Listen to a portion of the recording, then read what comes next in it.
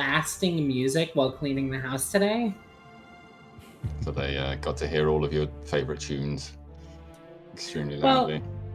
Yeah, but I've been like really into country music recently, probably because I moved out into the middle of nowhere. And so I've been wearing my cowgirl boots a lot.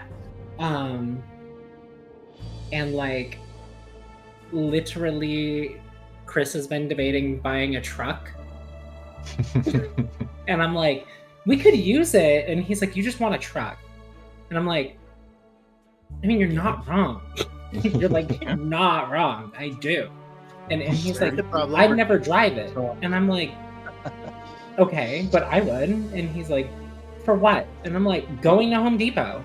And he's like, you don't go to Home Depot unless it's like to get something, and usually it's small. And I'm like, but I could get big things at Home Depot if I had a truck. Yeah, if I had a truck. You're starting to get the picture. So you're getting the picture here. I'm not putting anything big like lumber into the back of my car. However, if I had a truck, I could. Get all the lumber for you to do the construction, Chris. I'm like, very smart. Brittany, I don't usually say this, but I'm 100% on board with you there. Because I had the same arguments. I had the same arguments with myself, and I bought a truck. Just think about how much plywood you can get in there. Brendan, why do you need plywood? You don't need plywood. I might need plywood for things. I have one word and one abbreviation. Costco. Exactly. I was like, I can fit a lot in my car. I can fit nothing in Chris's fucking car. Fuck the back of Land Rovers. They are so small. But my seats go down in the back, and it's like I could fit like a king bed back there. So it's like quite sizable. But I was like... Plus you could go like, I'm not going to say camping, but you go to like drive-ins and shit and tailgating. Yeah, exactly.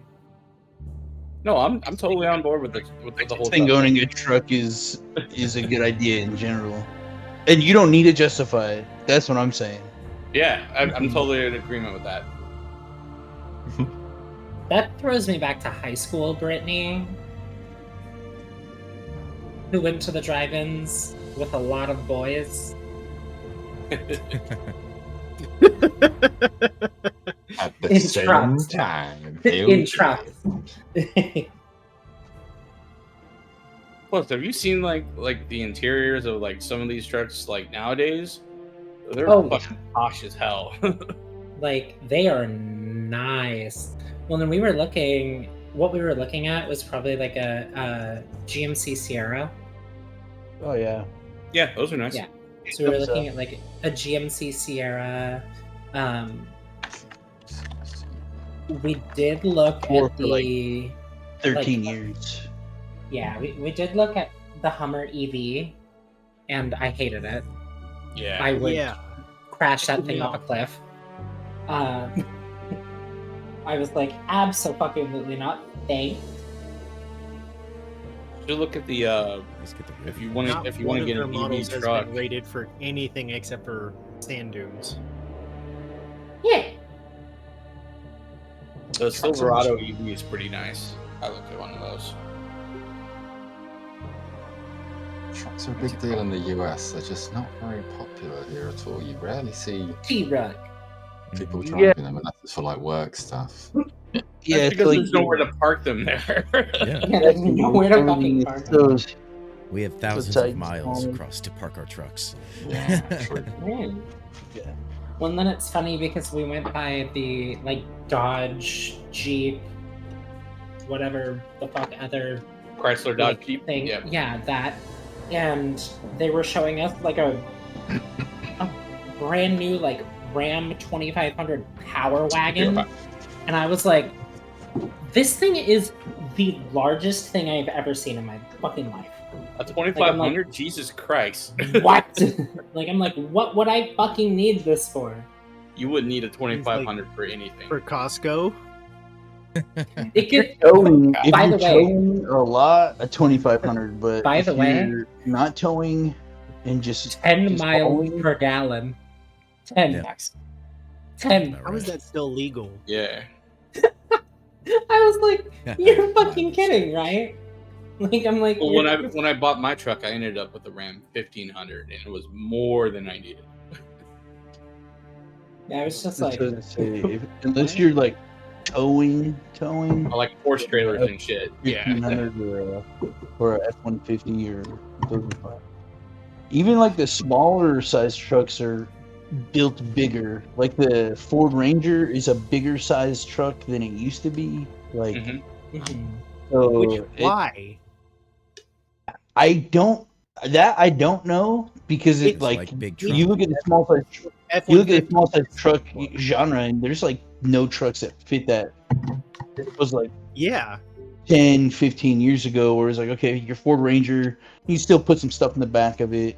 You might get like an extended cab that's got bucket seats in the back, but it's like it's really for like that, you know, like, hey, I gotta haul some stuff and I'm not looking like to get anything huge. Right, it's like a plumber's truck. Yeah. I mean, back in the day, that they were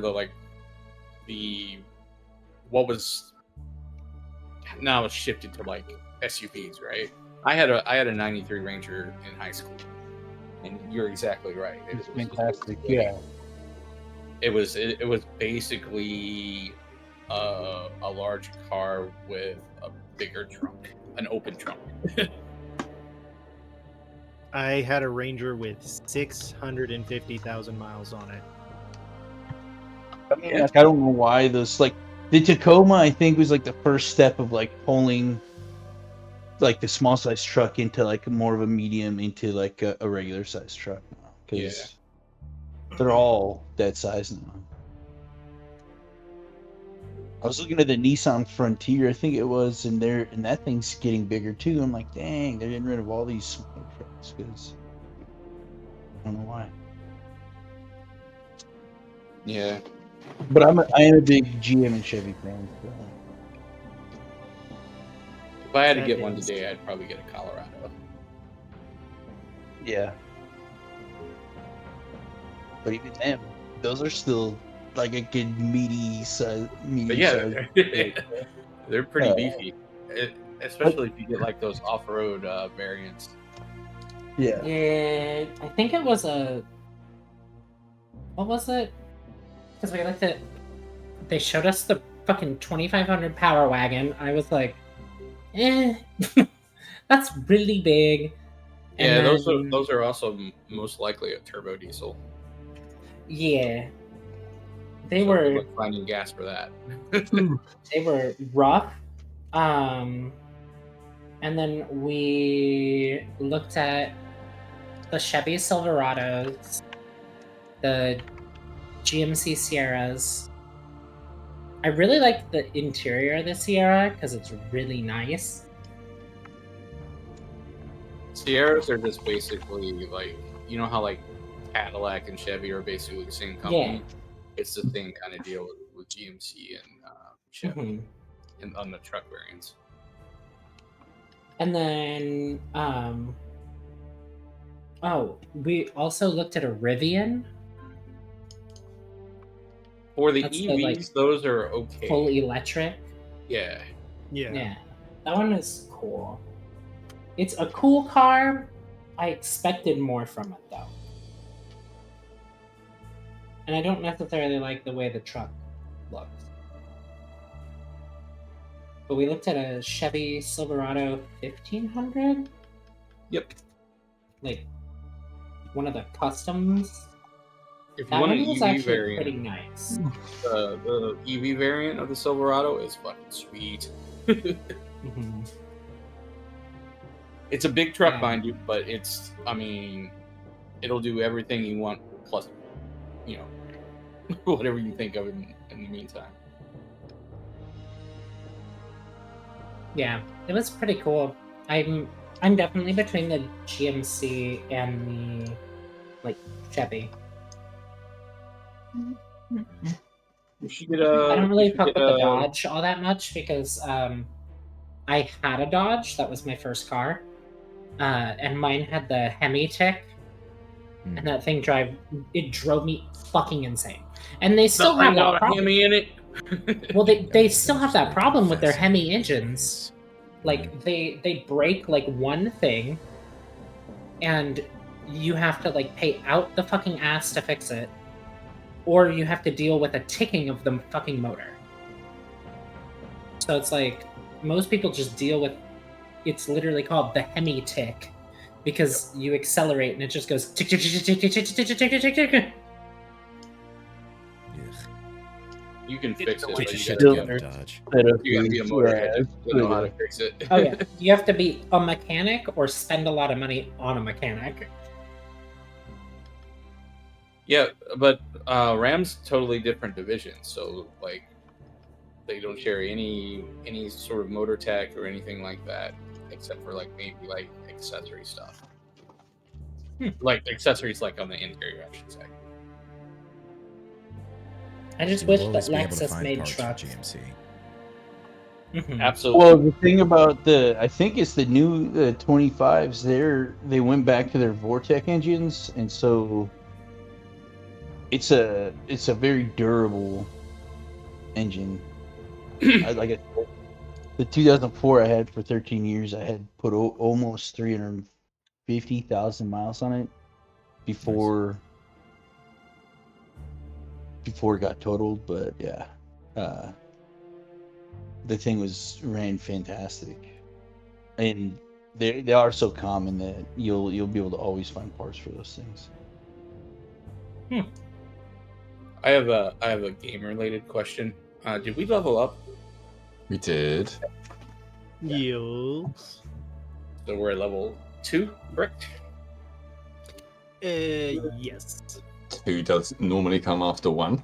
Climbing that ladder, baby. There. Good job. This is not Godly Gala where you're able to like miraculously jump 3 levels if you Just no. This is those jumping 6 levels. They all kind of just blur after a little bit. Damn it! I mean, now that I think about it, you did jump 3 levels in one. In Gala, yeah, that's why. Yeah. In Rime of the Frost Maiden, we got a load of Warlock levels in one go as well. Oh yeah, that's right. Yep. There's been a couple. I got my cunning action with this level. Ooh. Yay! You know, JC picked the apostate option. You would have jumped 5 levels in one session. Mm-hmm. I'm still kind of curious what would happen if I did the wild card.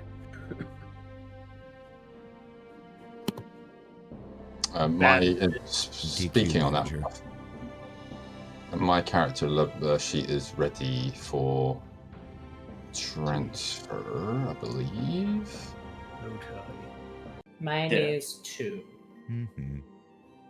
I guess while that's going on, I can do the recap real quick. Hell yeah, Mike. Well, technically, you and Fox have to do a roll-off. We did a roll-off. Oh, okay. Thank you very much. While you're chatting about trucks, we're getting the game ready. Yeah, I was chatting about the more important thing. Okay. Oh. Trucks. America, trucks. America. Oh yeah. Everything is awesome. Go on, Mike. Hit us off. Okay. So last time we escaped. No, we fought these guys and got this magic book back. I think it was magic. I don't really care. And then we went to this bookstore, and then everyone else is like talking about blah blah blah books. But I can't read, so I don't really care. So anyway, we walk in, and Pretty Lady's talking about getting a book, but I don't care. And the lizard guy, who's my new best friend, Plug, he's talking about books. I don't care. But anyway, all that is going on, and I'm reading a book upside down or upside up. I don't know, because I think Tor kept fucking with it, and I didn't really like that. So anyway, these Inquisitor guys came in, and they were talking about you can't talk bad about the prince. Anyway, I wasn't paying attention, and then they were searching us. I didn't like that. That was bad touch. Very bad touch. And then I went and hid under the floorboards, and I think everyone else started fighting, so I came back up, and we started fighting, and that was last session. Are we now doing recaps in character? Because I kind of like it. I mean, it's funnier. Absolutely fucking should. I think so too. I'm all for it. But the real recap, yes, we went to the docks. We got the book back for what's her face? I have it in my notes. Fawn Lee. That's right. Yep, we got it back for Fawn Lee. We went to the Waterleaf Bookshop. Pretty much everyone was doing their little bit of role play, trying to investigate what was going on. We did learn that there was a book. I think Brittany looked at the ledger. There was something about only one book had been sold in that time. A Case for Modern Folk, Shredding by Andrews Brightwood. And it was like basically listing that this bookshop is running at a loss. Mm-hmm. So that's the general vibe we got. Then the Inquisitors came in. They're not too keen about any sort of... They're the Spearin Inquisitors, if I remember correctly. That's right. Yes. They're not too keen on any sort of rumors or distance that the Spearin monarchy is in disarray. They're trying to gather anyone and everything that might disrupt the current rule. I'm not sure what triggered it, but then we pissed them off. They started fighting us, and that's pretty much the gist of it. It was just like a chaotic mess of trying to not all die. They were after the book. Yeah, they were after definitely had the Bell's Lament, which we learnt later on was in the ledger that Fontaine had read. And we were sort of pussyfooting around, kind of thinking, what the fuck do we do? How do we deal with 5 of them? And I believe Mistress Fondly spoke to Bodhi in sort of like a whisper or something like that. And she said, the scrolls in there are like cleric spells. So Bodhi kind of grabbed one, read it out, and it turned out to be, I don't know, like sending or something equally not helpful in this kind of situation. Y'all burned so many spells. Yeah, well, I think she's not going to be here for much longer, is she? She's gotta go. So yeah, we were like jacking spells. Plug, Bodhi was taking spells to try and read them. Plug was, I think, just stealing spells. I was trying to read them, I just couldn't. Likely story. But we eventually, did get a few of the Inquisitors down, which kind of turned the tide. I remember Mistress Fawnley doing a bit of a clutch in taking out one of the guards, and Fontaine as well. They kind of ganged up on this one on the left-hand side. Goop was doing really solid work, just keeping the one that up here just sort of distracted. I think Fontaine went down and somebody else went down, but spells got them up. And then Torek actually died as a result of the death saving throws. So we got a couple of spells from her, which she gave to us for free. I believe one of them being Revivify, and the other one was Dispel Magic. I think Plug has got that one. And we were just at the end of combat, and Mistress Fondly was was saying we need to get the bodies into the back room. But any further than that, I don't think that we got to. We were all looking at different books and whatnot. Plug was trying to get a diagram or a schematic for something. I got that back. The Inquisitor saw me trying to hide it and was holding on for a little bit, and then we killed him, and Miss Fontaine grabbed it back for me.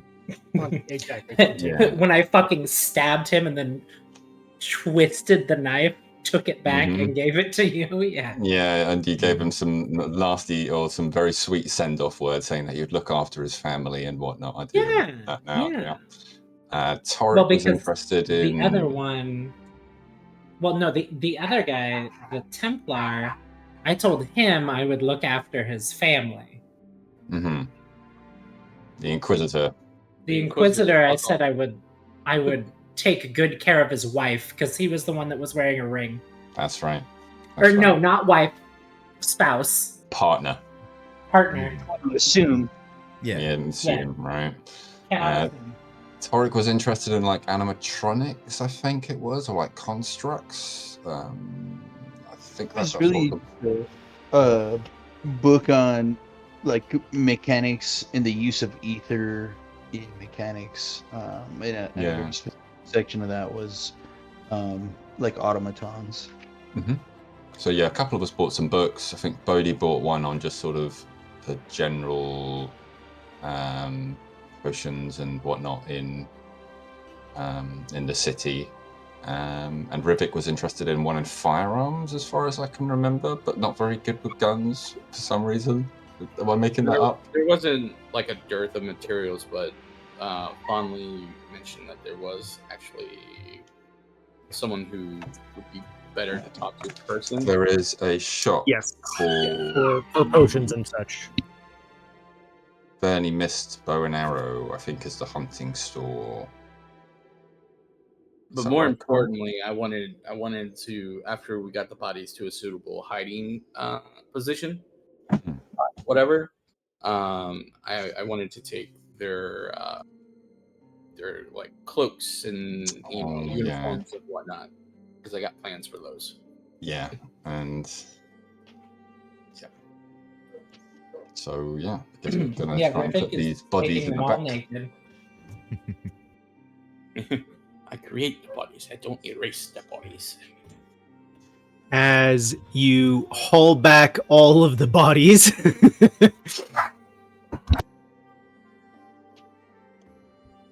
And I'm just prestidigitating everywhere to clean up blood. Clean up this blood and this blood. Years down the road, like finally sell like a rare first edition and just be like, yeah, it's Fondly, why is there blood stains on this book? I love that my badly injured fix the handle or the door that he smashed. I love that I'm leaving a blood trail. It's really a slime trail. Yeah. With my token. The yellow slime. You go like half a mile and you're 20% smaller just because you left so much of your body mass behind. You're getting it everywhere. Stop. Oh, hold on. I'm just following, cat and tripping. It's getting stuck to my boots and everything. Oh, okay, you just stay in one spot for a moment. Yeah. As the bodies get hauled back, that front door is fucked. You snapped that off clean, if you recall. So it is like it's wrecked. Well, at least no one's coming in all of a sudden. So I'll take the handle with me just to. Oh, like a memento, right? Yeah, okay. Exactly. Little souvenir of the occasion. Okay. Is there he takes like a couple seconds. He's like putting it up there. He's like looking around, like and he just shoves it in his pocket. Is there still like the locking mechanism? Like if we disengage the lock, it might. See, I locked it and then I broke it. Like so hard that like the metal's been stretched and rent, so it's locked right now. And what's more, like all the mechanism has been stretched out and ripped, so it's unlikely you could unlock it. So it's like me when I was taking the old front door lock off and couldn't get it out of the door. Okay. As the bodies get moved into the back storage room, with Plug cleaning all of it up after that probably took like 5 minutes just for the prestidigitation. Oh, talk easy. So much. Easy there, pork chop.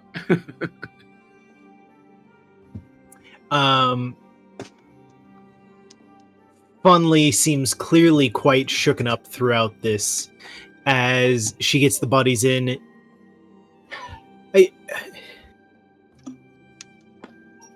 Thank you. I've never killed someone before. No?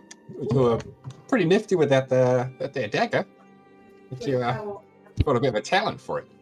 But don't worry, you get used to it. My father did train me, but no, I mean, he said go for the neck.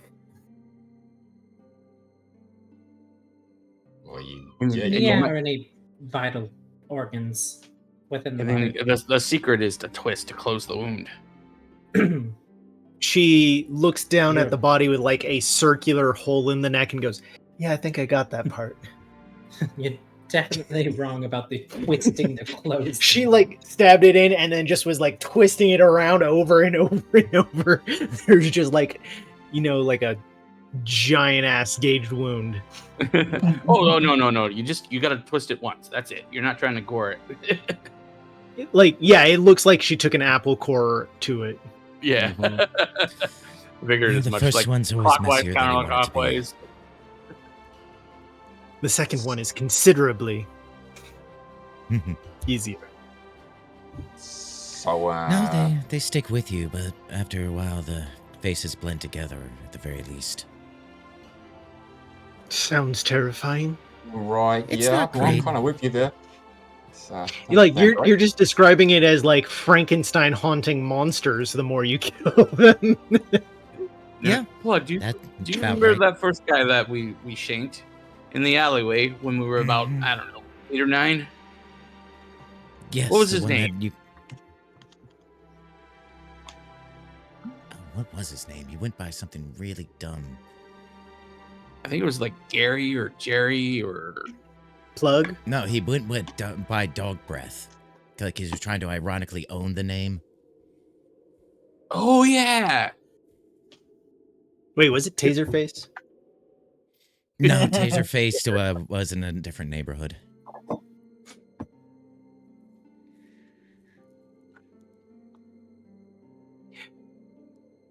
But anyway.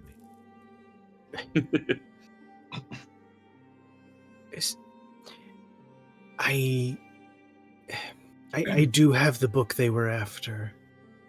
Yeah, I was going to ask about that. What's the big deal with it? Why were they so keen to get their mitts on it? Yeah. The Bell's Lament. It's a memoir revealing the truth of Prince Aaron's condition. Oh, you don't say.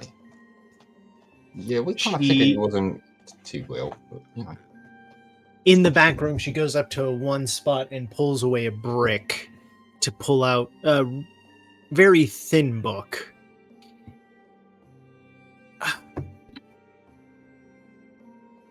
It describes rather horrifically the state of Prince Aaron, and it's worse than anyone speculated. So you read it then? Yes. It details the memoirs of a physician by the name of Glethia Stonedweller. I don't know if the prince is purely mad or possessed or some monstrosity, but this testament from his physician would be considered, if not conclusive, certainly damning. Mere possession of this book would certainly be an automatic death sentence for me. No judge, no trial. If you wish to, you can peruse it for yourselves. I would love to. I am going to take the book and sort of start flipping through to see if I can grab like large details as to what they're stating is like the ailment of the prince and like what symptoms he has. Just sounds like the poor chap had syphilis is all. I knew a couple sailors with it. No big deal. Did you only just recently learn of this word? Yeah, he's doing really well with the dictionary right now. Don't be too mean. Also, to be frank, Miss Fano, you're going to want to leave? Yeah, we're not gonna... They are not going to be... Yeah, they are not going to be alone in this finding. If they knew what they were coming here and looking for,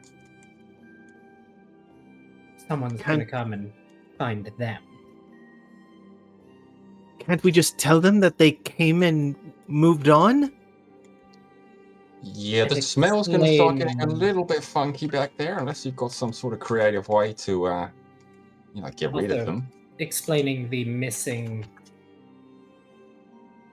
4 Spirins. Came here last, and this was where they were last seen. Is going to be very difficult. If you want, I can come back later and help dispose of them.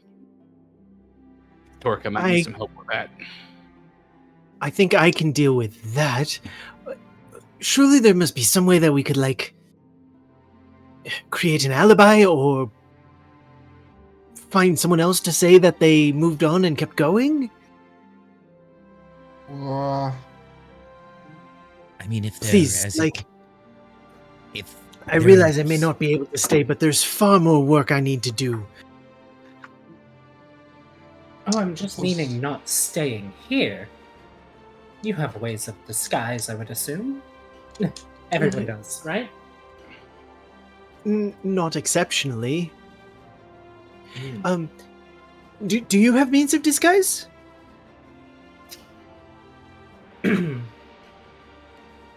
One is surely beautiful as myself. Doesn't use disguises very often. She blinks at you, and then she fondly looks at you for a few moments and goes, "What are you trying to imply of me, then?" Oh no, I'm just saying that they know what you look like. Very, very. But you said surely I would have means of disguise. Well, aren't you running less beautiful than you? I did not say that directly. I just apologize. Was meaning that specifically you are running around in circles, which I assumed would put you in harm's way of needing disguise, like that of being in possession of illegal goods and books and... Well, it's not a profession of mine. So is this your only connection to the Resistance? Yeah. Is this your only connection? This one book? What Resistance? The one that this is an illegal book that they are rooting out that holders and members of the Resistance would have. Yeah, the guy with the bad nose. The Inquisitor was saying, was saying exactly. Well, I don't the think guy with the out. Really weird nose. I don't think they pointed out it was an established, organized resistance. It's just, it's just something they don't want them, airing the dirty laundry of the royals and such. This book came across my counter. I learned its secrets, and I've continued on this matter. I'm not a part of some organization, and I'm not some purveyor of illegal books. It's this one matter, and what happened to my father too. I guess that's 2 things. But this isn't my profession! Going back to that, what happened to your father? Yes, that is a long story. We have some things to discuss, but my point is, if any of you have means of disguise, couldn't we, have you go under the guise of the Inquisitor to more shops? I'm putting on some of their clothes, but... Yeah, that's not going to fly, mate. Very smart and all, but you're a little bit... Just a wee bit short than those chaps were. Stand on Goop's shoulders. Now you're talking. I like it. Good feet kick. Shoulders with a question mark. His shoulders? Conceivably, the only one who really could conceivably pass is Rivik, yeah. Exactly. And because I didn't see any Herringon Inquisitors come in there, I don't think I'm going to be a very good catch for that. I don't know what you're talking about. I sound nothing like that asshole. Well, I think you're doing pretty well. I think that if we're putting on their uniforms, people are going to stay away from us. Now, won't they? give us calls to go somewhere else. We just do the other Templars Mosey have on down full now. face helmets?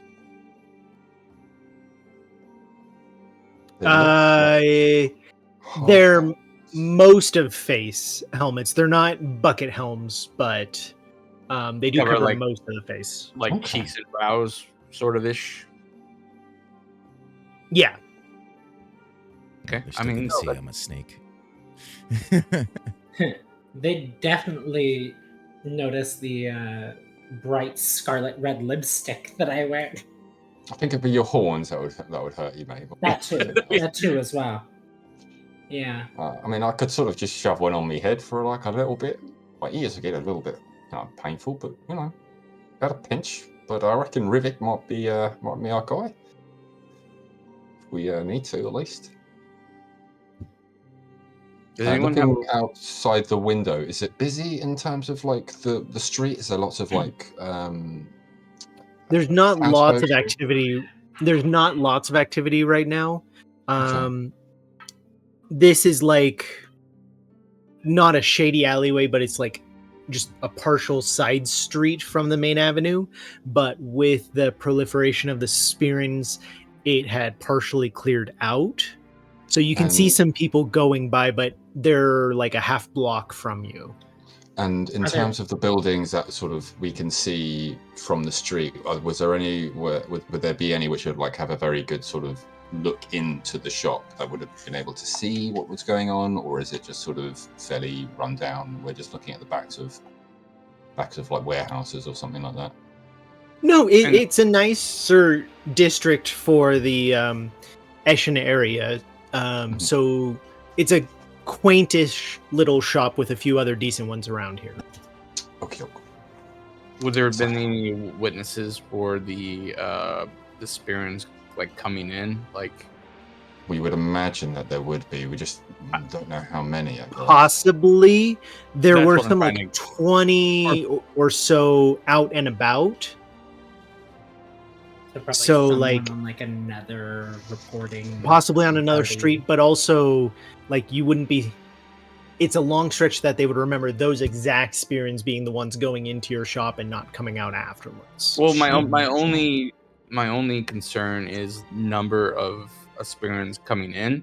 Like if we go with the idea of myself and Bodhi impersonating, for lack of a better term, that's only 2, and if I count, there was 3 that came in, right? There was the inspector, 4. So even then, like 4 come in, 2 come out. That's even shadier.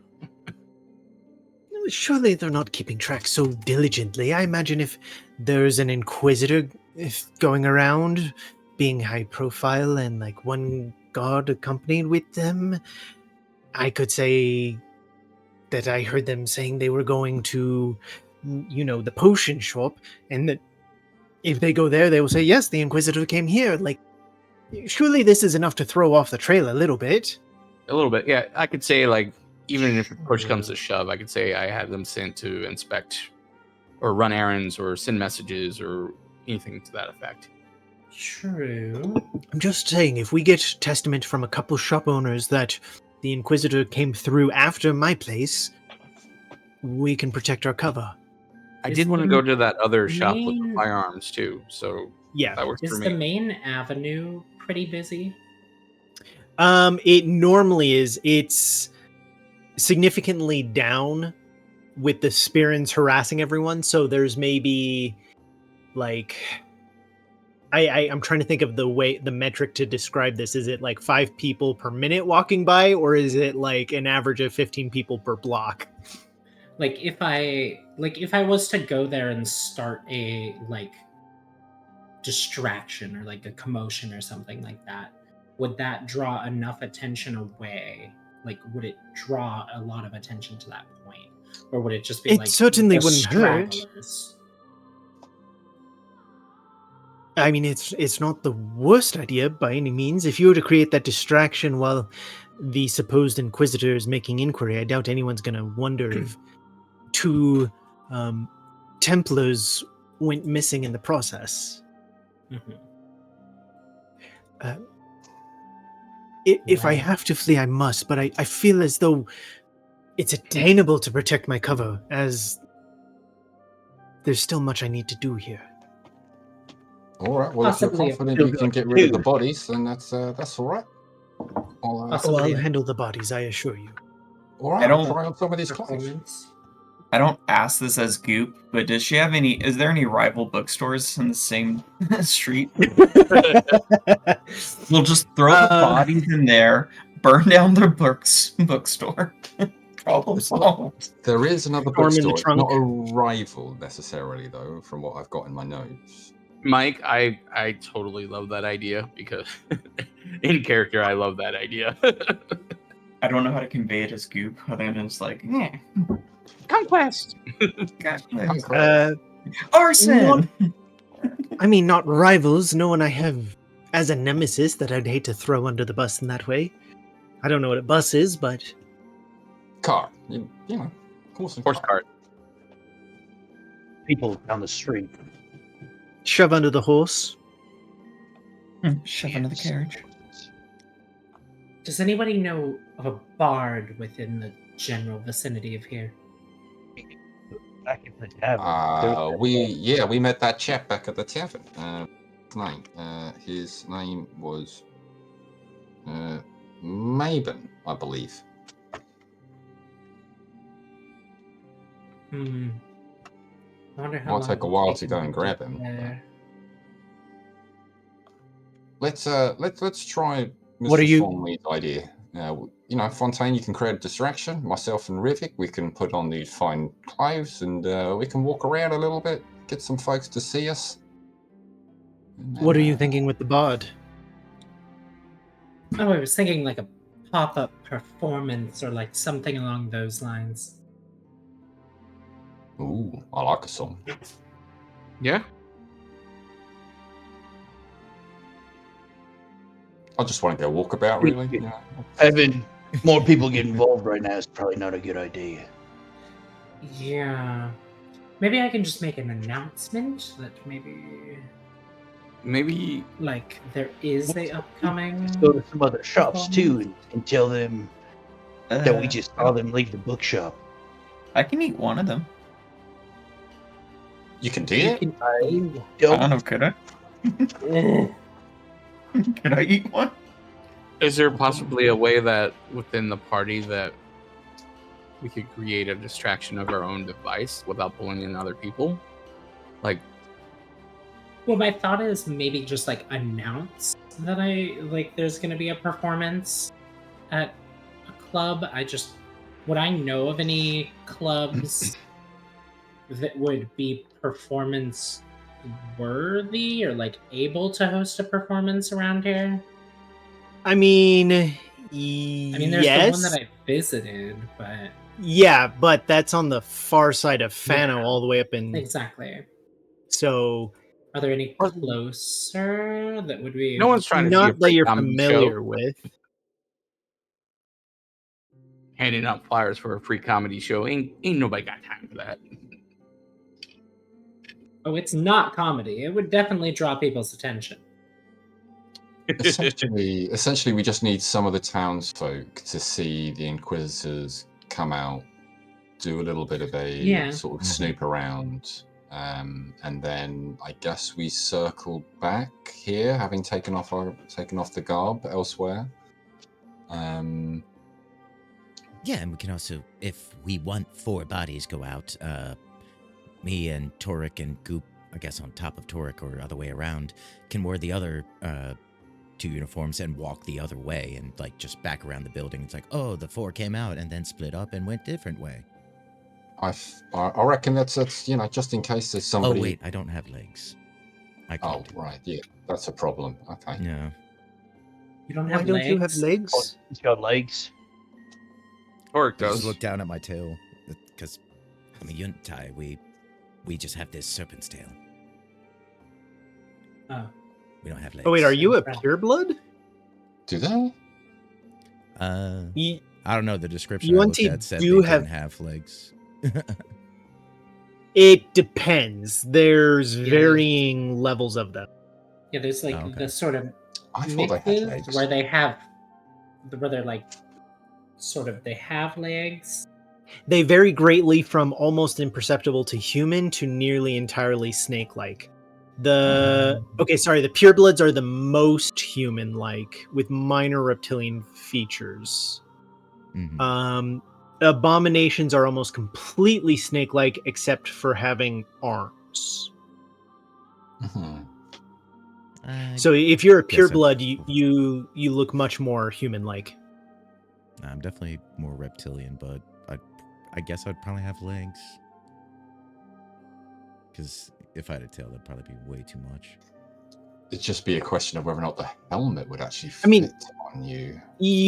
You could be if you want to, but like here's a picture of what a pureblood usually looks like. I'm definitely like just more serpentine in feature. Like I have legit snake head. Yeah. Why'd they make her have hard nips? Why'd they make her have like hard nips? Because they're very like desert like creatures, so once it goes down to like 75 degrees, it's cold for them. Aren't they cold-blooded? There's the what is their classification here? Because there's the half-bloods are still humanoid-like, but they do have more serpentine heads. Let me send you a picture of a half-blood. So that's what a half-blood would look like. I imagine that's closer to what Plug is. Yeah. He has legs. He's got abs. He does have abs. So the real question here is doesn't. Whether or not Torek can actually stand on Goop in any sort of way. Maybe if you stand on his shield or something like that, and he kind of props around on it. What about polar opposite? What if we put Goop on I top? love this idea. Goop on top of Torek. Yeah, I mean, at a pinch, I suppose. But the green kind of skin kind of gives it away a little bit. Well, Goop's got a shield, right? So he could kind of put it on top, and Torek could kind of Well, just sit there, motherfucker. Listen. Yeah, I did. Sorry. For the legs, he can reorient his body to make him longer. Oh yeah, that's true. Because we're just gonna be the ones that exit the store and immediately go in the alley and behind the building. Yeah, that's right. Yeah. We're trying not to be seen in the face, because if they see either mine or his face, they're gonna know. Yeah, we'll just sort of jam the helmet on you best as possible, and you guys can just do your little walk around and then come back again. Yeah, I can grow feet, so I can wear the boots and the whole bottom part of the uniform. Yes, absolutely. Do it. I'm just gonna be walking like a baby when I do so. Little feet. How tall is Goop? He's 3 foot. 3 foot, but I can extend limbs. Goop just walks around like those penguins from Happy Feet when they're newborns. I make a little squishy. It's a waddle. It's a wet, squishy waddle. If you could do this for me, I'd more than happily pay you further. Money? And by pay you further, I mean ignore the fact of how many scrolls you shoved in your bags. Oh, no, I read my scroll. Thank you very much. Tried very hard to read something, find something good. More scrolls on top, you're saying. Okay, Can I get a persuasion check on that? I'm not terrible. Plug hears this and he just dropped the handful he picked up. Yeah, that's not so strong.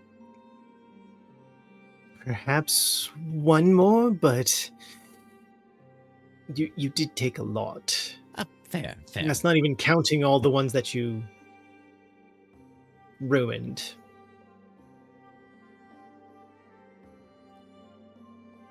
All right, fair. I start putting on.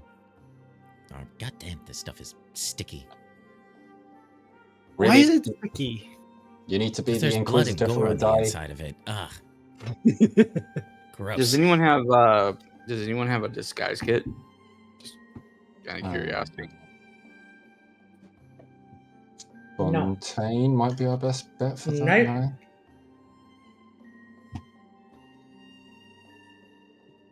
No? Mistress Fondly, do you have anything which might aid us with this whole disguise kind of get up? Any I don't know. You're asking her the same question.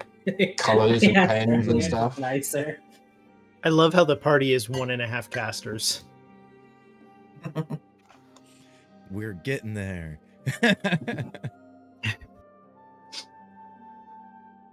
No, colored things or anything like that. No, okay. Right. Let's try this. Make a bare minimum, just a little cover up, something.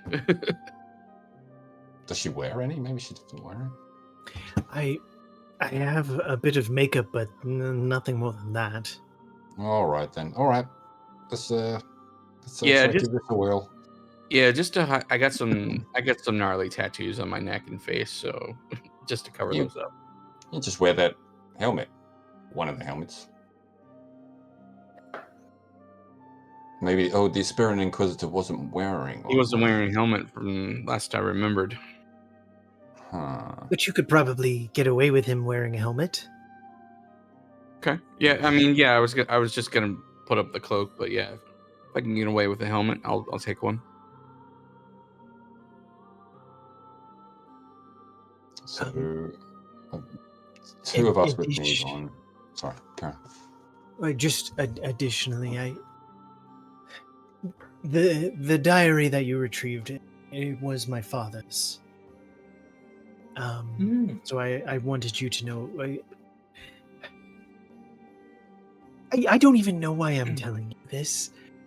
Never mind. Yeah, no. I could not drag you into this further. Why would it have been stolen if it was just a diary of your father's?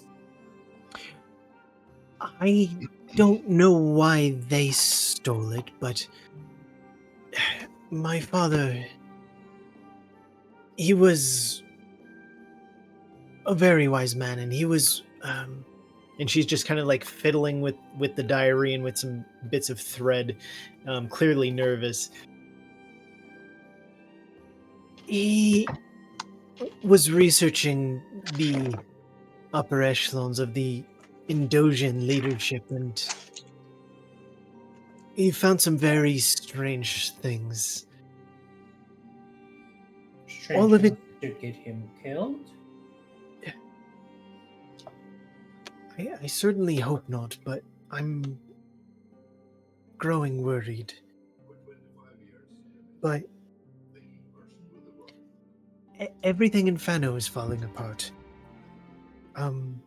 If you read the Bell's Lament, you'll see that it seems quite likely the Spirins are propping up some puppet to take up rulership, and the Indosians are researching wildly powerful things to take up their own power over Fano. Neither seems to show much interest in the people. By wildly powerful things, do you mean well, I don't know what you mean by that. What kind of thing? She takes a deep breath and goes, well,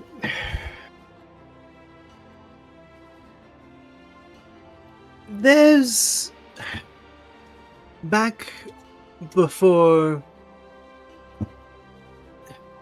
where do I start? Usually at the beginning? Oh, sorry.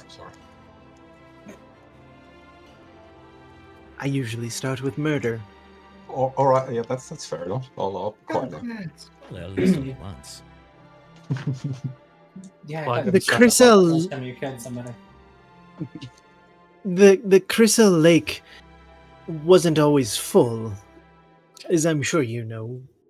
Ages and ages past, it was its own valley at the peak of the mountain. About 1,000 years ago, there was a population here known as the Crystalians. Mm-hmm. From what little knowledge we have, these mythical elves were even more advanced than us in many ways, and legend kind of always implied that they still had a city sealed away underneath the water. My father was looking into this because the Indosians were... he was searching for a druid by the name of Gilgazo. Supposedly an ancient and legendary druid of great power. The Indosians seemed quite preoccupied with finding him somehow.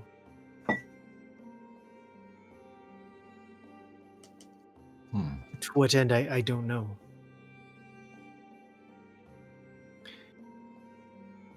What's that name again? Gilgazo or the Chrysalians? Gilgazo. Can you spell that for me? Or put it in the chat? Yes, I can. Yes, I can. Anyways. I swear to God, if this city fell from the sky, I'm out. My father, he was looking into this before he disappeared, and his journal started me on this whole process, and that's how I stumbled upon the Bell's Lament, too. I wasn't even looking for it, but it just makes the entire situation far more terrifying. That's Gilgazo's pet. Sorry? You got any idea where this Gilgazo's at? You know, if you've been chasing leads, where's it brought you to?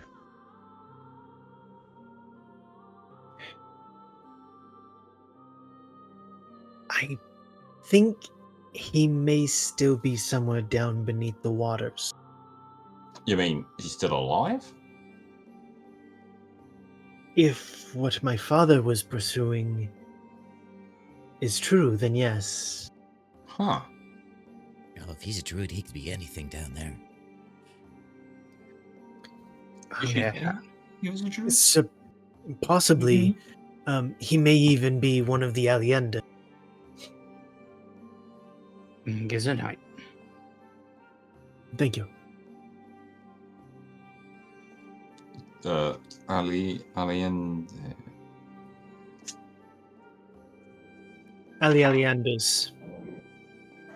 Alien Oxenfree? Yeah, Alejandro. Have we learned what that is, or is that the first time we're hearing? This is the first you're hearing of this.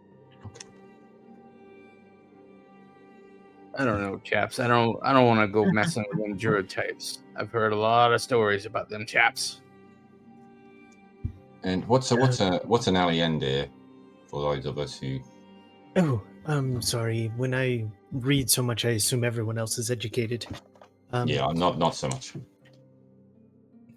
The Aliendas were a sect that dedicated themselves to the consuming of Aether and attempting to master it.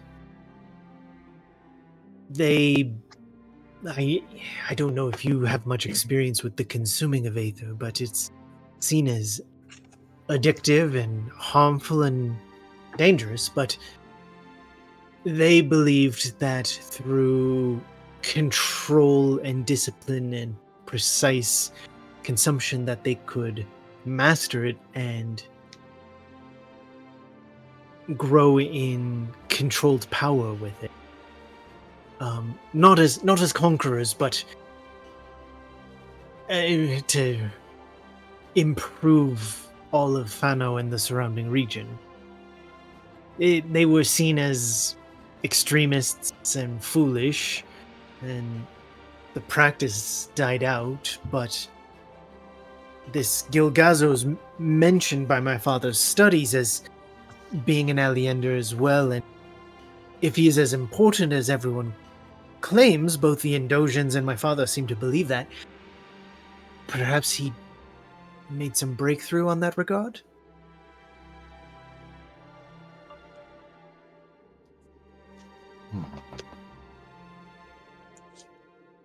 That's pretty interesting. Explain how those cats were just crazy out the water down at the docks. How do you mean? Cold. Well, if these fellers are still around and they're pushing this in animals, maybe those animals get enraged.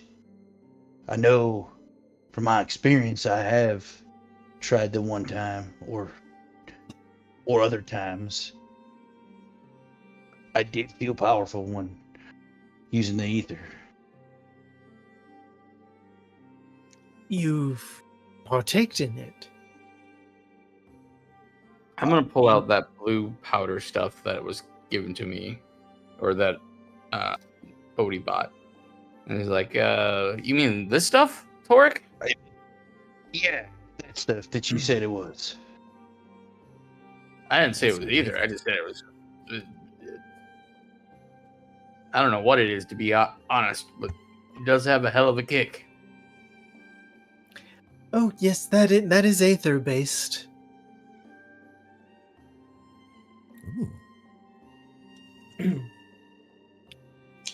Anyways, I'm on a long shot here. I didn't mean to drag you into this.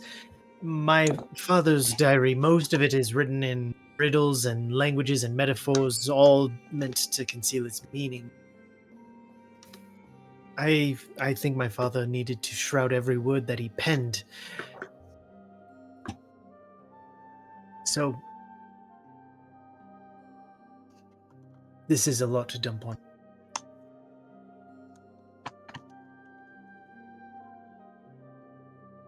We've still got this body issue, so No, you're no trouble. Yeah. Goop is already putting on boots and pants. Yeah, should we follow Goop's Bodhi. example? He looks Bodhi, you are no back. problem. Oh, right, okay. Oh, wait a second. You saying I smell? That's not very nice, is it? No, you're the one saying that you're a problem. Body. Oh, right. Yeah, the puns. Okay, yeah, I got it. Yeah, okay. Very good. Everybody, sorry, it's the accent. It is. Yeah. Rivik, you gonna put those clothes on, or are you just sort of gonna stand over there, kind of moody, like? Oh, that's what I was doing while she was telling her story. All right, you're just standing over. It looks like you're just standing over by the corner. Okay, cool. You just see pants standing up on their own now because I'm in them. Oh gosh. He's like standing on a chair, trying to figure out which foot to put on Goop's shoulder helmet shield. Shield, I guess, right? The sort of Goop holding it up on his head or something. I fear, though, if the Spearins are growing so brazen in their harassment that the Wardens might soon be next. I don't know if you've ever encountered a Spearin Warden, but you don't want to mess with them. Right. They're worse to the Inquisitors. What do they do? They are equipped with experimentation that the Spearins have been working with mechanics and Aether. They're brutal, but also, she looks over at the bodies, much harder to kill. Huh. These ones were sufficiently hot enough, so we'll keep an eye out for them. But yeah, especially if there's more unrest in the streets. I mean, the crackdown will start sooner than later. Which is why I'm still a little weird of you staying in this area. But if you think you can cover yourself. With your help, I think I can. But if you see any men moving around with complex armor that has like gears and mechanisms to it and blue glowy lines, yes, do take care.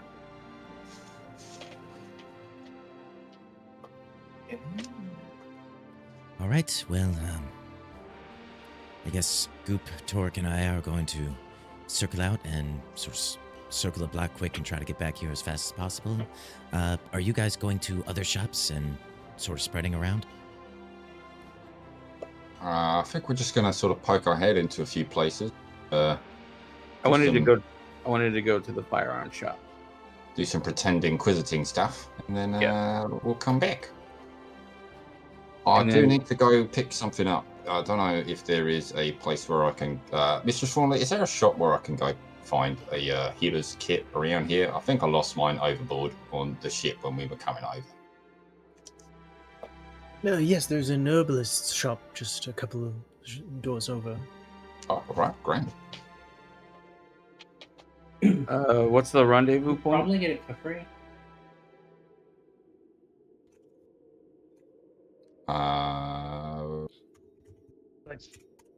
Well, if you're going to be traveling in guise, perhaps not rendezvous here? Yeah, definitely don't want to come back here. But... You go through all this elaborate effort of throwing off the trail, and then it's like, yeah, but I saw the Inquisitor circle back around to this shop. Yeah. The inn is where we've got lodgings. I suppose we could go there, unless there's some other. We don't want to go back there in guys. Yeah. Yeah, no, we just ditch the guys somewhere in town. That's easy. Yeah. Okay. Torque is on Goop's shoulders, right? Or on his shoulder or whatever. Yeah. Are you cool if I just go to the docks and I just jump in the water? So it looks like you just committed suicide. I think Torque would just be like, no. Oh, didn't sign up for this ride. Yeah. Swimming. Plug, we'll see you later. We're heading down to the docks. When I play Halo with my friends, we do that on purpose. We call it foolies. It looked like you committed suicide. Yep. Alright, so back at the inn then. Okay. Yeah. Back at the inn. Just give if we don't make it back there in say 2-3 hours, what's the plan then? The secretary disavows you. Mm-hmm. I'll wait a while before I leave to sort of be like a still happy customer leaving the shop after the fact.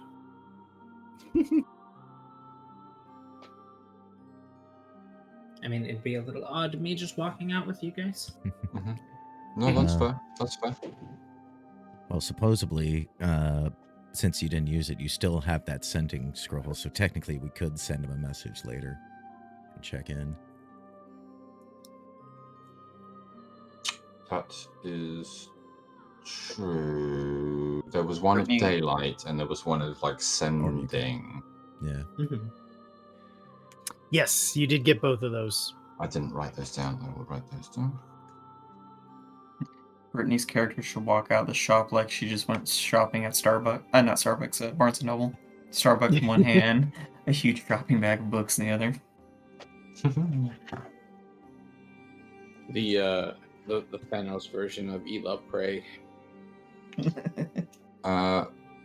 Fontaine, I imagine you'd probably get back to the inn first. Why don't you take this scroll, and then if any of the 2 or 3 of us don't make it back, then you can use it, because seems like the best way to use it. I can use the scroll of the spell that I can't cast.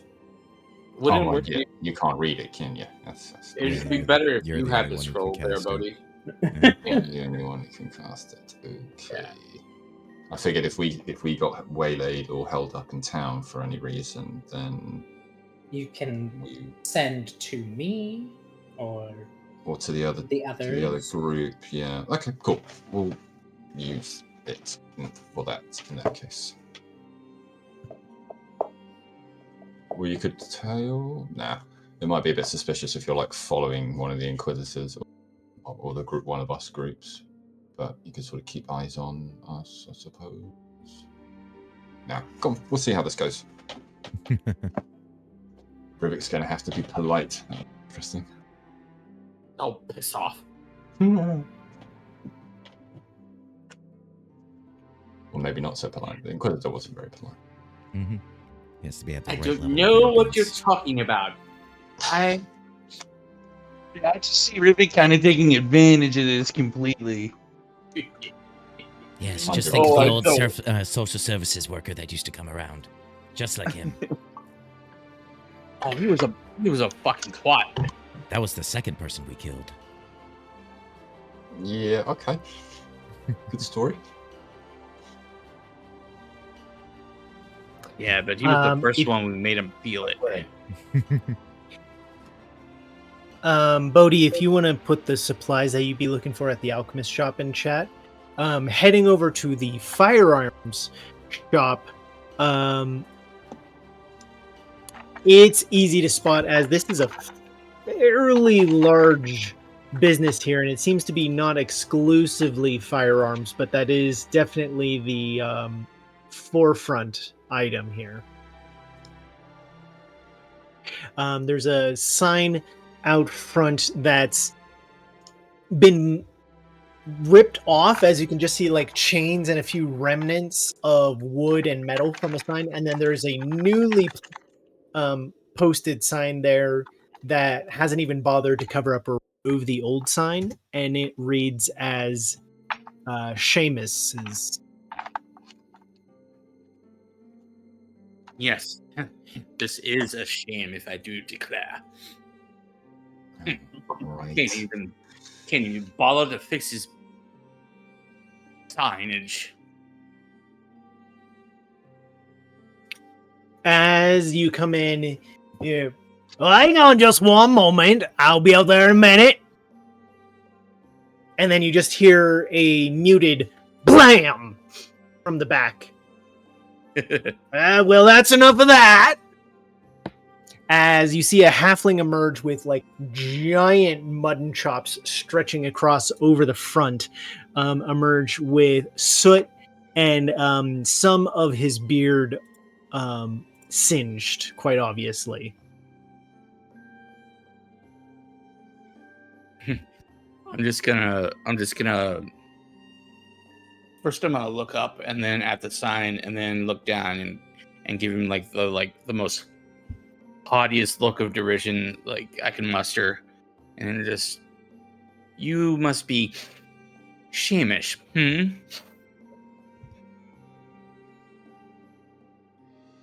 Well, aye.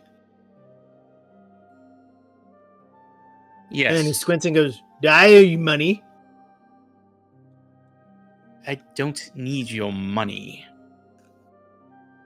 Then I. Yes, I am. Shit. What was his name? Well, hey, don't be too hard on yourself.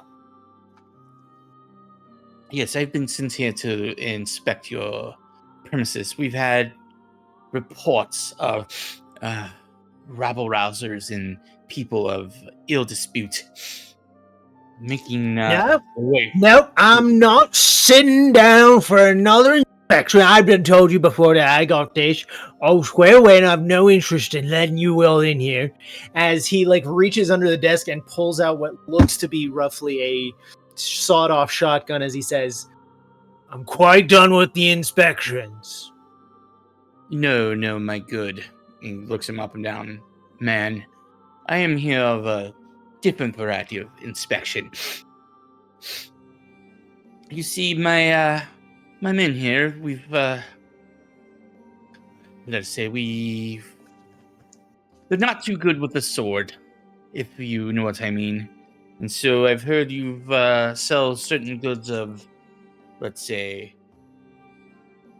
less swordsmanship, more point and kill.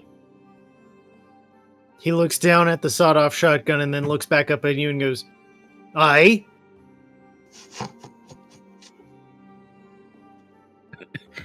Yes, that is what I wish to inspect.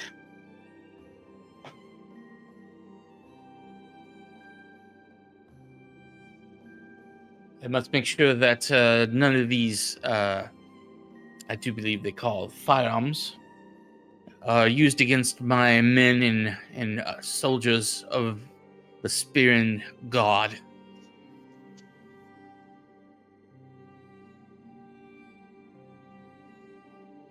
What are you getting at? You're using 300 words when 12 will do. Show me a bloody gun, you twat.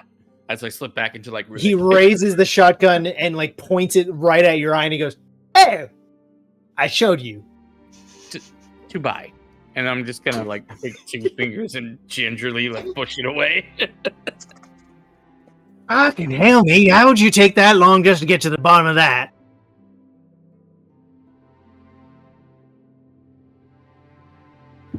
Alright then. Well, you want the traditional kind or you want the experimental kind? I believe I need to inspect both. Just so I know what my men are getting. Words! Show me both! The halfling here like twirls his beard, rolls his eyes, reaches out under the counter, and then he sets down like 2 pistols and a rifle, and he goes, "Regular?" And then he walks over to another corner, and he comes back with what looks to be like a almost kind of like a pipe or bamboo haft. It's like 4 inches in diameter, and the thing is about 4 feet long, 5 feet long. And he just like sets this on the counter and he goes, "And the other kind."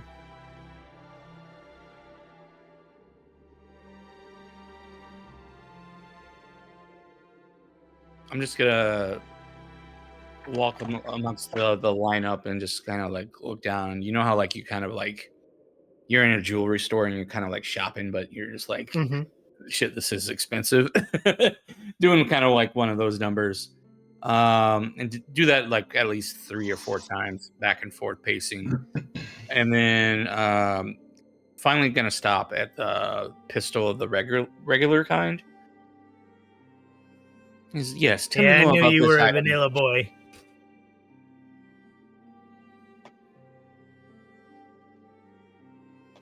You want me to tell you about this one? Okay. He like picks it up, he spins it around, and he goes, "Pistol, pull, shoot, dead."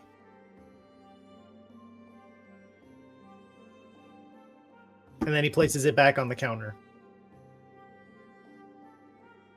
And then I'm going to go over to the experimental bamboo one. And this... He picks it up, and then he comes around the counter with a short javelin in hand. And he loads that into the top of it down. And then he rests it on his shoulder, and he says, "Pull string, javelin goes far."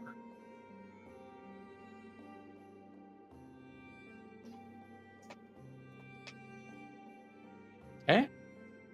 Look, I have these kinds for like javelins and for arrows. Where I see these, he holds up, good for armor. Not so special for without armor. These give you the best of, the old way too. Bigger holes, something stick in them, tie something to it. That would be the bamboo ones? Yeah. Okay. It's basically like a rocket launcher, but for a javelin. Yep.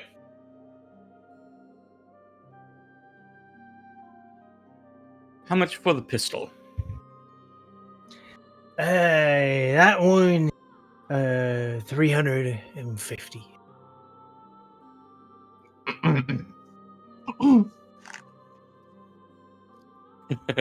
I'm gonna turn around like I'm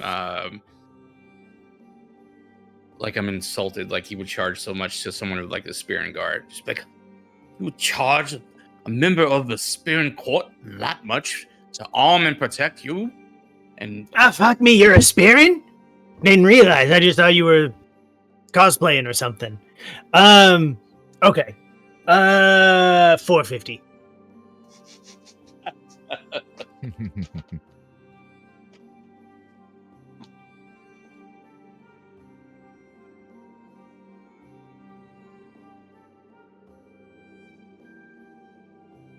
Can I test fire it? No, it works.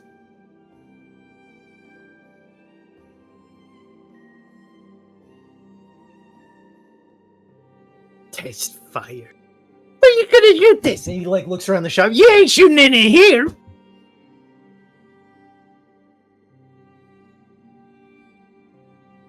Okay, can I do an out of character pause here? Okay. I want to do something, but I really don't want it to fuck up the rest of the party. But it's totally in character. Oh god. Remember what we're doing, yeah? We're just going around. It's just you and Brody there. Just so you know. Like, are we all? Well, you remember what happened last time, right, Bodhi? No. The rest of us are getting gelato. Oh, we're gelato too. Or Torque and I, like.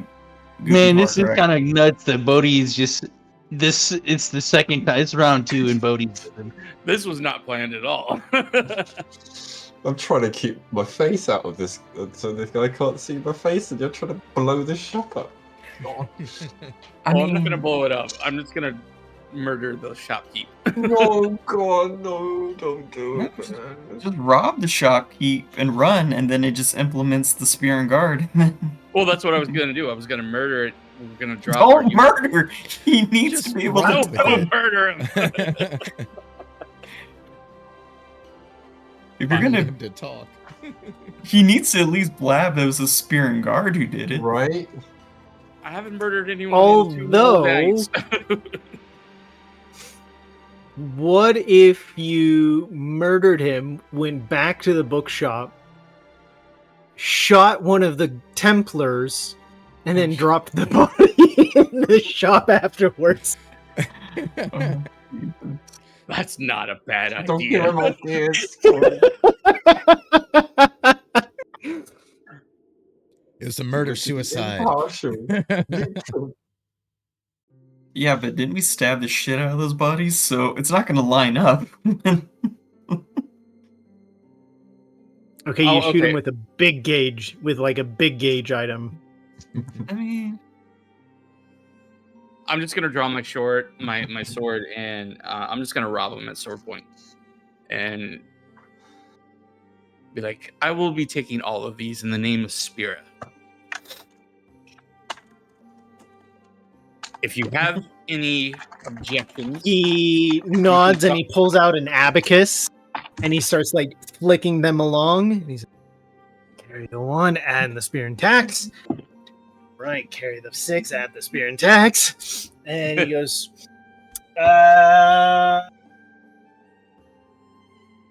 it'll come to 32,372.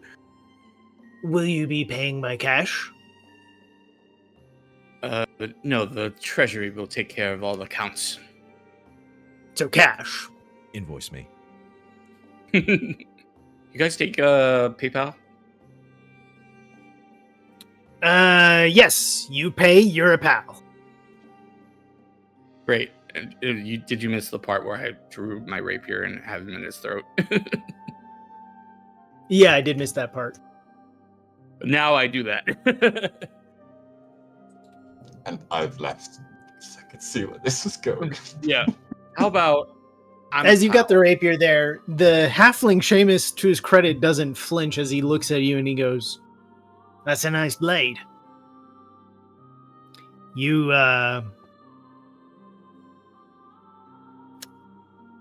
think you'll finish me off before I pull my trigger?" Yeah, I'm just gonna shove it in. Right in his throat. We tried it your way, Bodhi. No, we didn't. No, we didn't. Could have just grabbed it red. You're trying to gaslight your partner? We tried it your way. No. It worked the first time. It worked the first time. Very quiet, letting you do your thing, being discreet. We're just here to walk around the shops and show our face. That's literally it. You're just murdering everybody. Murder hobo. Very much so. Okay. Well, it's nice having a character here. You're going to get a shotgun blast to your chest, it looks. I'm fulfilling my side quest too, so. Mm-hmm.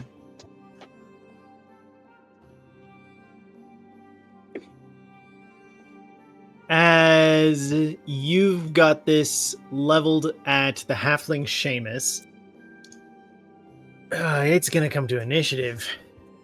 Oh, God. You're that ones.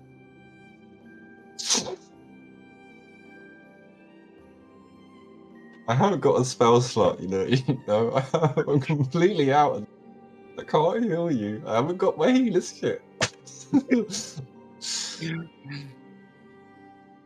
Oh, did you try Bodhi, the mango? The mango is fantastic. Bodhi, we're like the most fucked up version of like Butch and Sundance.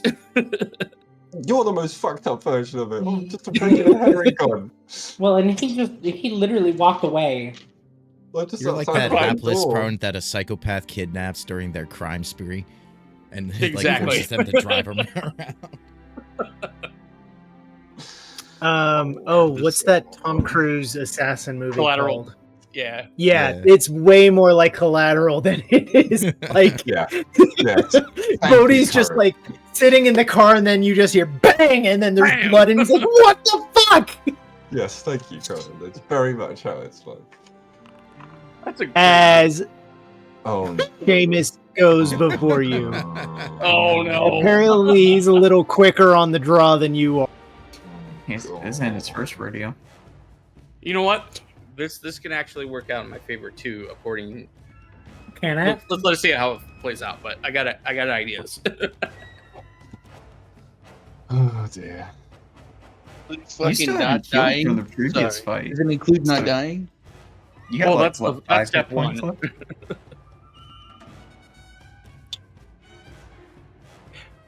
Okay. As Seamus pulls the trigger on his shotgun first, that's not a good way for this to start. A shotgun and point blank? Nope. No. Not 20. 45 damage. Oh god. And really, none of us can do anything. Oh, good. I mean, as his shot blasts right into your chest with an 18 to hit.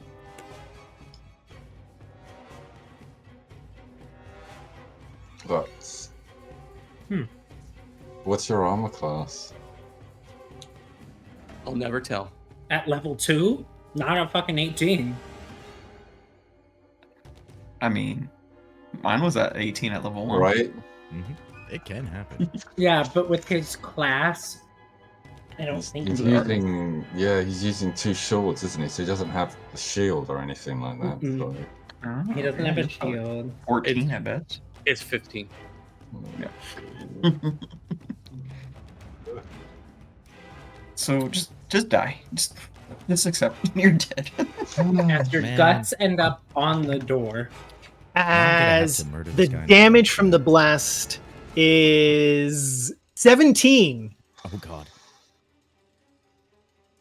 Yeah, you're. Oh, this is impressive. He's still up. Not dead. Not to be a stickler, but we didn't short rest or heal in between our last fight. Yeah, no, we didn't. Technically, I'm at 7 hit points.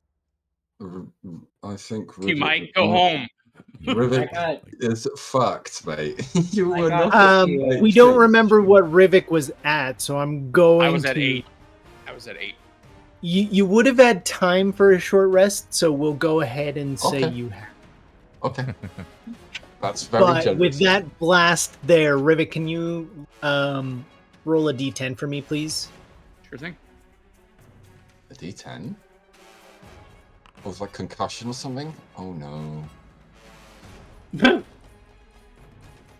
Oh, it's the experimental gun.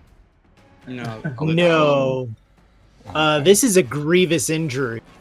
Oh no. Yeah, shotgun is a short range, especially at sawed off. no bueno. Yeah.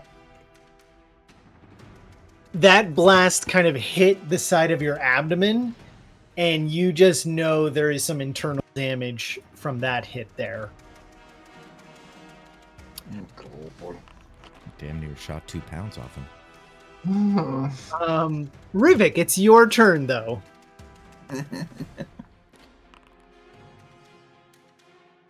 That's big money. Yeah, this is when you need to kill him. You know, you could run away. Or that. Mission accomplished. Like, mission accomplished, just run.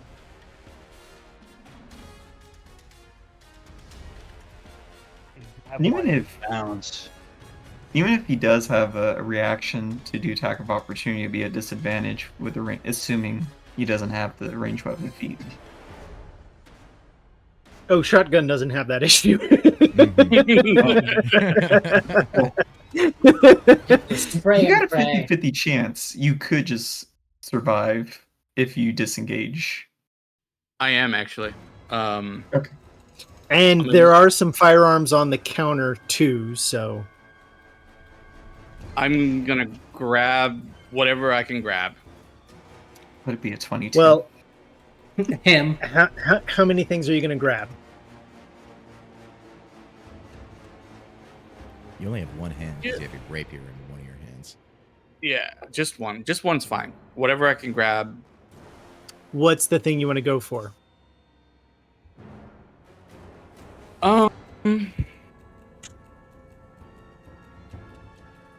Let's go for one of the rifles. I feel like I can drag that out. Like it might have a sling or something. God. Okay.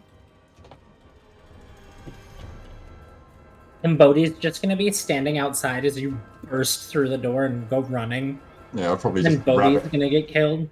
Yeah, rabbit hopped in the air from the shotgun blast. And I'm gonna use my action to run out the doors. Well, would that be the action to grab the rifle, or is that object interaction? It can be object interaction. Okay. Grab the rifle, and then I'm gonna run out the door screaming, holding my new wound, and be like, "That shopkeep! He attacked one of the Spearn God!"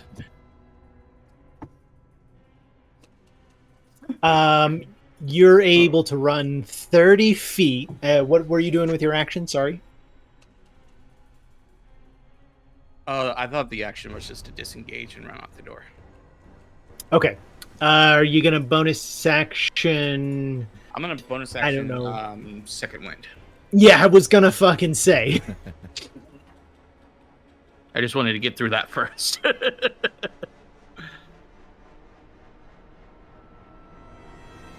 As you second wind. Okay, that's a good heal. A really good heal. That's a good heal.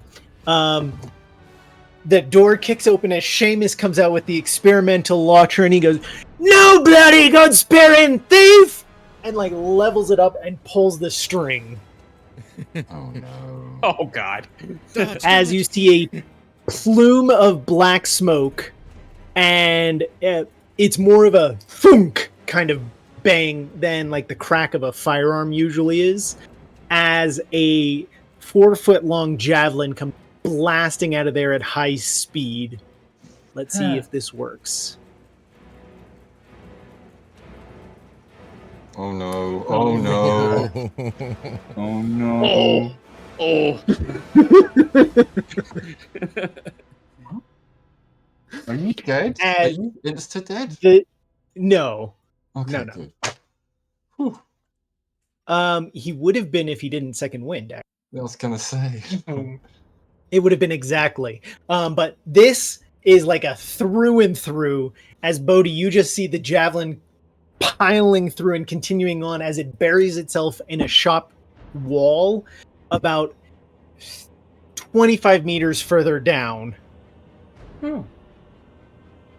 Wonderful. Okay. As Rivik's just got like a hole in his chest and slumps down. Oh, Christ.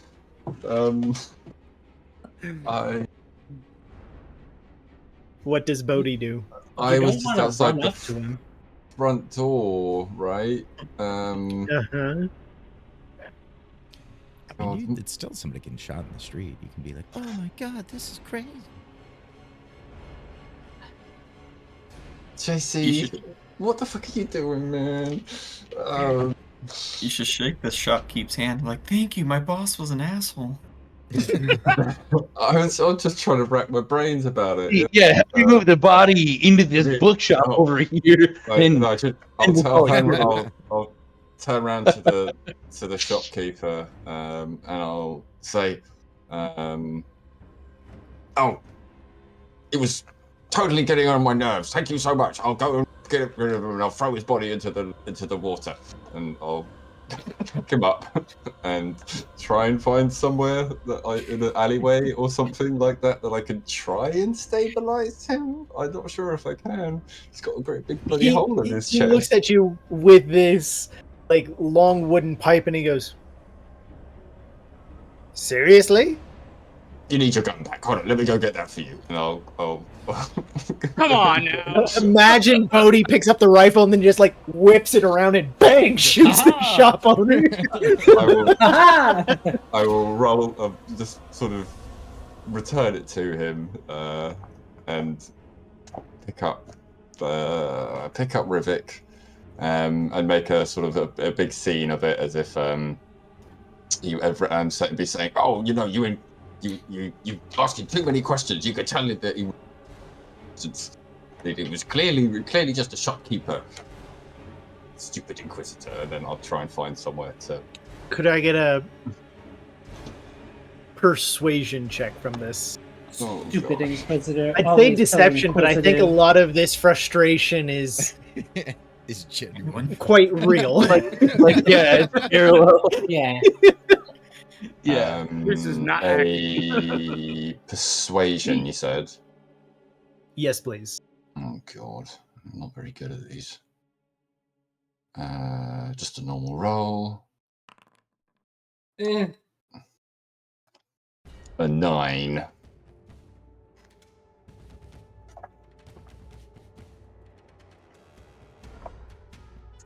He's your boss, huh? Unfortunately. He's not very smart. Are we sure he's dead?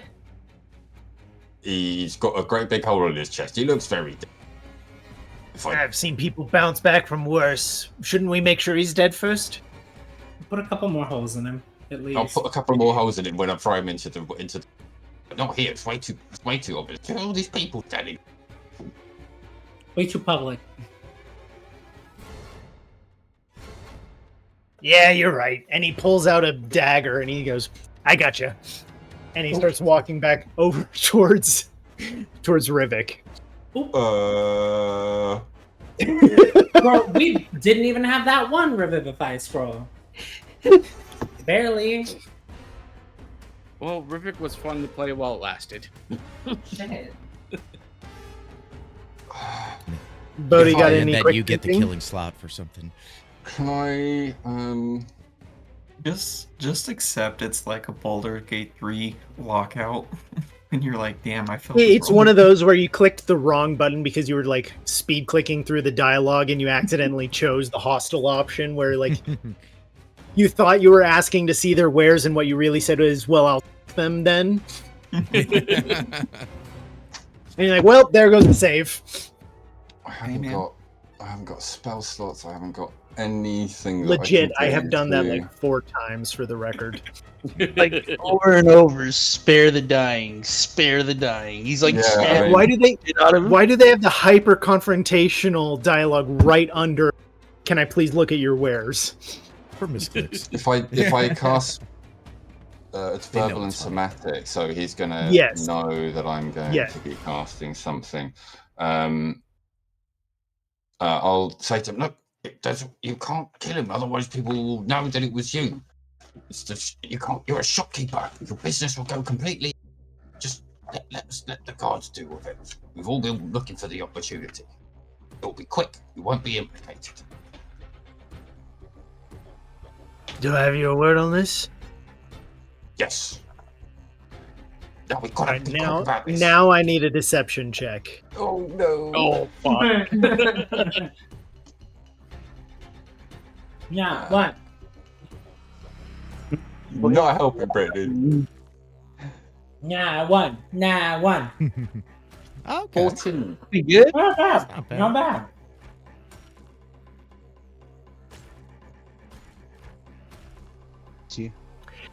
Rivet, could you give me 2 death saves just for this bit of the dialogue going on? Certainly. Rolls a nat one. Don't roll. Rolls a nat one. Oh, you should blind roll it so we don't know and you don't know. Yeah. Okay, I will blind roll it. It said something stupid. I don't know what that was. I think Torek, Plug, and Goop are just having actually like a good day right now. We're just like eating the gelato, discussing some stuff. Everything is just like sunny and it's a good day. We're like, breeze is pretty good. I just wanted to go for a walkabout. You know what? We did a good thing. We helped that lady. We handed her the impressors. We had a good day. And I'm sure nothing can bring us down. Perfect. I'd be like, dude, Nice yeah, the gelato's really good. I can sort of imagine Goop just getting the ice cream and just putting all of it into his body. It's just an ice cream in the cone. I'm blue right now because it's so good. It's so cold. Man, gelato sounds fucking amazing right about now. I'm good with gelato right now. Very unconscious. I have gelato No in my idea. freezer. Yay. Pistachio gelato. He looks around and he walks over towards Rivik's body with the dagger. And he just kind of like, he's not stabbing him, but he like gets the dagger in with the blood. And then he turns and looks at you and he like pushes the dagger into your hand and we're in it together then. Oh, it's a great idea. I'll take it and I'll run. He like claps you on the shoulder and he says, I knew there were good eggs in the Spearins. I won't forget this one. Oh, my complete plan backfired. Oh. Your complete Well, plan? I mean, That was a plan? there's still a high-level Inquisitor who tried to murder and hold up somebody. That's still a good There rumor is that. that can go. Yeah, I don't think that story's gonna fly very well. No. For this to work, neither of us can ever say a word about what happened here or about what he tried to pull. Oh my You fucking hear? Well, God. never mind. I understand. Let me just get rid of the body because there's all these people in the street and they're probably wondering what's going on. Now, are you like a regular on the beat out here? Not this area, usually. Well, I want to put in a good word with your super. Jesus Thank fucking you. Christ. And then he just like claps his chest and he goes, fuck yes. And he turns and walks inside the shop All right. with the rifle and the experimental weapon. Okay. I will take Rivik somewhere out of the way. Rivik, can I See get one if- more death save from you? As soon as I find somewhere quiet, I'm going to cast Spare the Dying on him. Okay. He did not die during the seconds of that dialogue until you have a free second to heal. Gosh, for that. Oh Okay. my god. Alright. I will guess fling him over my shoulder. I don't really know what to do with him. Actually, do you know what?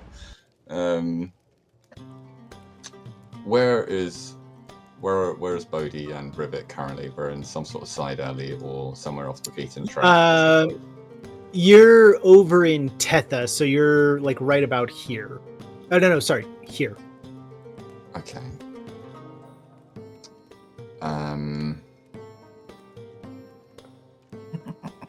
And the other guys left sort of about Rendezvousing at the tavern. They're about 10 minutes, was about 10 minutes ago in game, I suppose, considering all of the inspection and the talking and whatnot.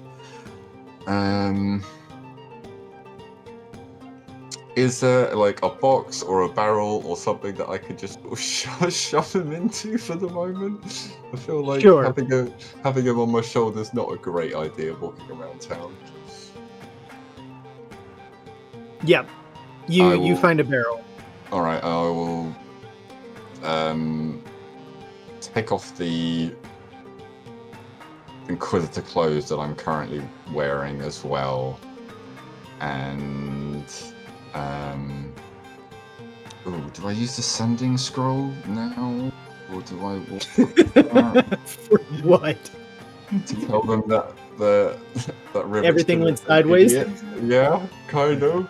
Package ready for I will make my way back to the inn to try and tell. No, do you know what? I'm gonna go to the healer's shop, pick up the bloody healer's kit, and then I'm gonna come back.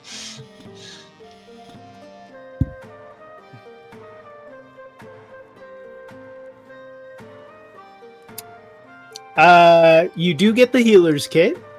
Okay, how much does that cost? 9 gold. 9 gold. Okie dokie. I will take that out of inventory. 50.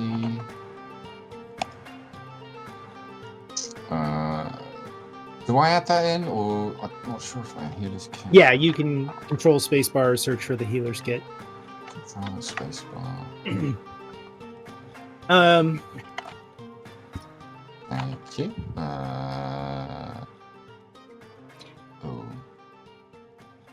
This is going to be interesting because Seamus was going to be an interesting component of the city. Yeah, you ruined it, JC. Bloody hell. Well, we still have 3 people. We can 3 or 4 we can send in there. Yeah, exactly. Just cannot associate any of the other 2. Well, I mean, Brody's still and one of the 3 is going to have to come in disguise every time. I thought they were going to be wearing the helmet. He'd be like, "Oh, well, no, he could just say, "Oh no, sorry, I'm off today. Today's my off day." Corin, is it the items SRD or the? Yeah, that's fine. And either or, yeah, okay, right. No, I think Brody can still show his face. He could say, "Oh, I quit my job. I just quit." Not that whole incident. They didn't give me that promotion after we killed the other one. Yeah. They don't respect the Klingon rules. Did you just drag it over? Okay. Yeah.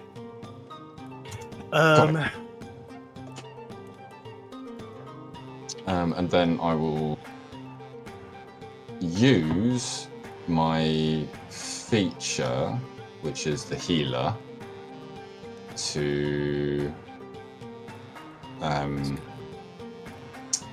get Rivet back up again.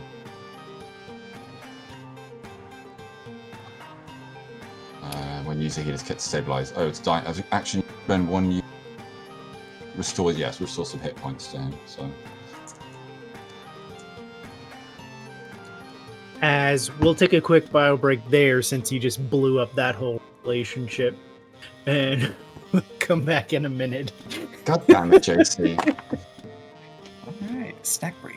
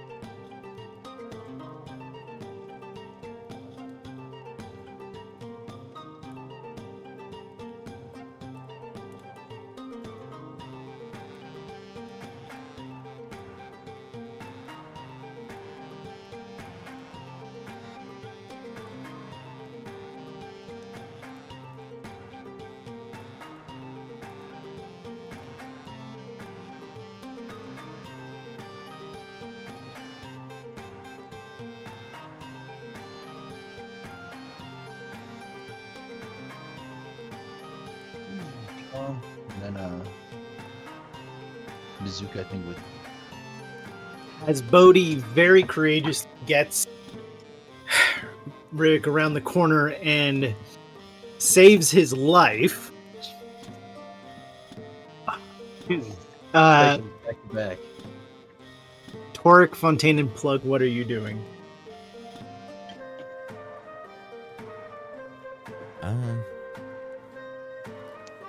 It's Toric and Plug.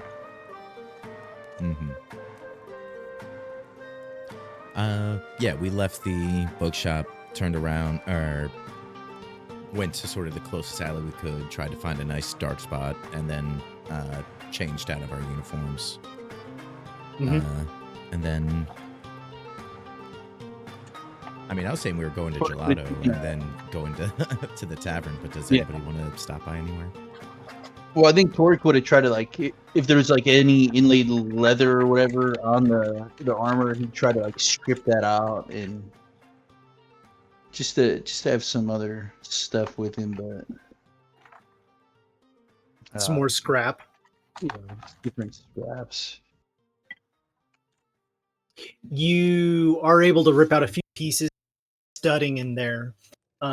They don't have gelato, but they do have a like frozen shaved cream that they scoop into like a little tiny waffle bowl. Kind of like the ice cream kebab stuff you see. Not quite. Think like waffle shaped into the size of like an espresso cup with shaved frozen cream piled up inside that, so you can just kind of like bite into it. It's nice. You had me at waffle bowl. I had you with the 16 to hit for 23 damage. I mean, that was brutal. I mean, when I describe a shoulder-mounted javelin cannon, the only thing I was waiting for next is for Seamus to just like have a hand crank and he's just pulling. He's just pulling back. I saw that coming too. And he's just dragging Rivik back to him. Like, oh. That's what I was like in my head. I was like, oh, this is bad. This is how we deal with thieves. It's lucky that you had a good second win from. Roll low, then. So you haven't built up much alibi for sightings of the Inquisitor now. No. Yeah. Only person you saw will never speak of you in their life.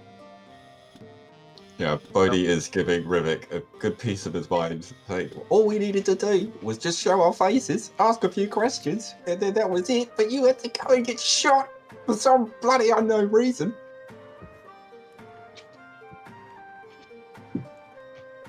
On our way back, just start spreading rumors or lies that they went to other locations. Well, he's dragging a barrel, so he's not going to be able to. Yeah. Fontaine might be able to. But... Be able to do what? Spread some rumors or something. Yeah, what is Fontaine getting up to? Not knowing any clubs not on this knowing island. Anything. Or anything that really went on. I would just leave a little bit after them. Taking, if she hasn't explicitly asked for it back, the book. Which book? The Bell's Lament? Yeah. Okay. Because I know she said I could look at it, and so I sort of just took it and was looking at it. She hasn't said anything to object yet, so you've walked away with it. I made the notes for the book public, so you can all access it. And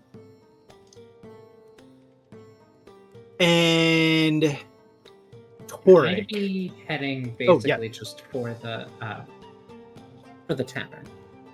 Okay. You don't want to stop by the shop, pick up some bullets? I mean, I could. Like a hook and javelin in a building nearby? Maybe a big Jesus Christ, pile what the of fuck? What the fuck happened here? I mean, I could, but I should be fine. I don't fire this thing that often.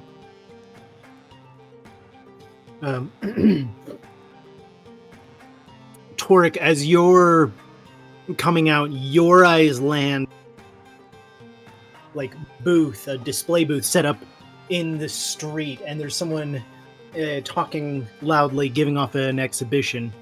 That's right indeed. Running off of the wonders of Aether, I have developed my own personal suit.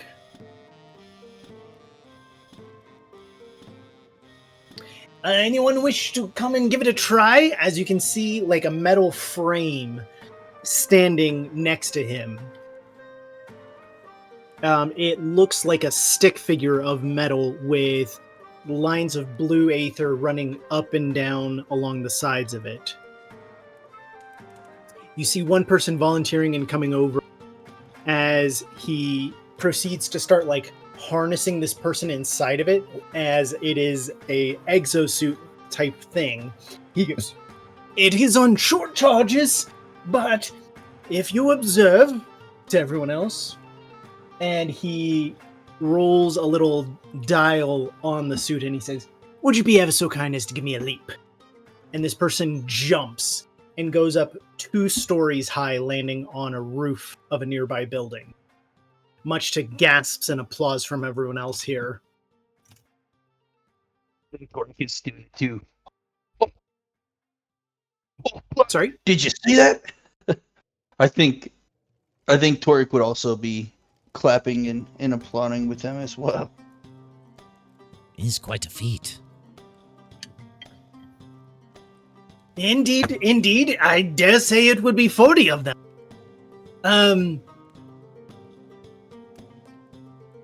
Now, anyone interested in something like this?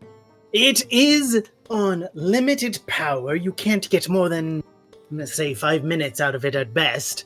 But, and then he demonstrates as he has the person come back down, as he picks up a wooden log and he goes, "Would you be ever so kind as to give this the old chop?" And you watch as they go up and then just boom, hit down and split the log in half. Ho-ho. Now I know, not everyone here is made flesh.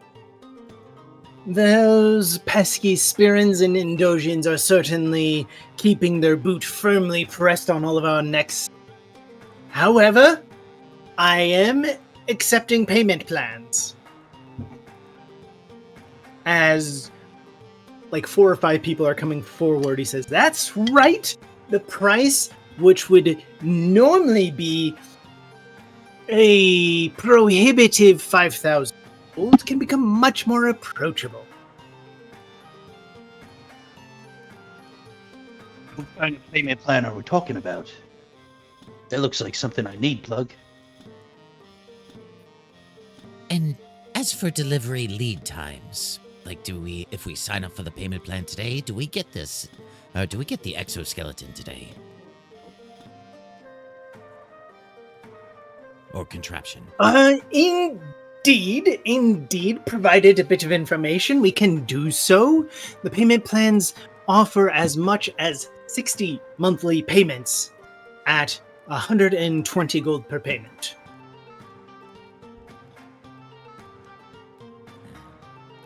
That's some steep interest, but it is 60 months. Indeed. At that price, it's barely more than a cup of water. You just cut that out of your daily plan and it pays for itself.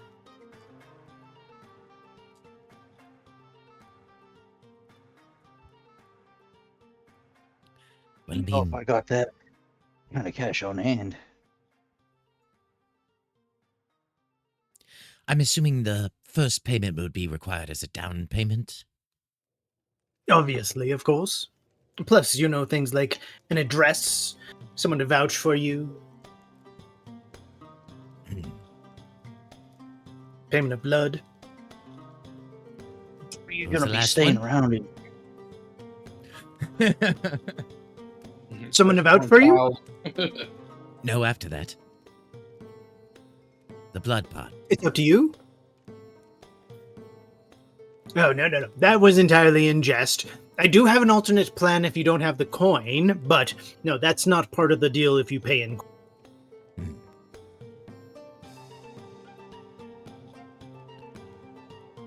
Indeed, come set your shop up and show these off. Sorry? How often do you come and show off these? Well, it looks like today's a rousing success, so I might say 5 days a week.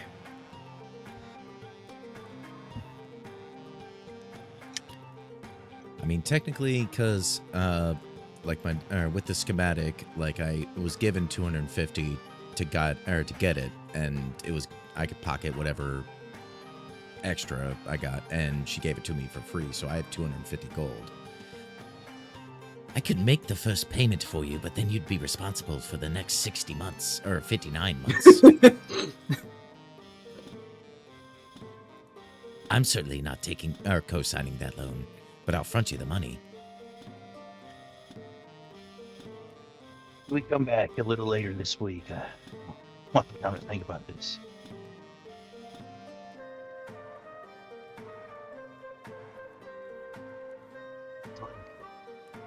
This looks pretty neat.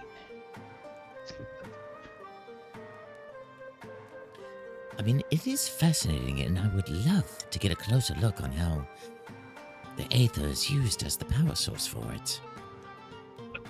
Yeah, so as you're saying that, Torek pulls out the book he had bought from Fon Lee, and he's thumbing through the pages, and he's finding kind of the excerpt, and he's he kind of points as they're both looking. He's holds the book up closer to his face. He's oh well, we might have something to work on right here if we kind of tinker around a little bit. And it's the section in the book that discusses really how to use refined ores and do the inlays with the ether.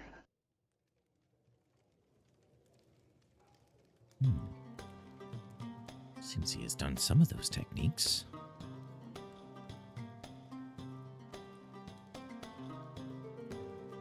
But you would like to come back another day?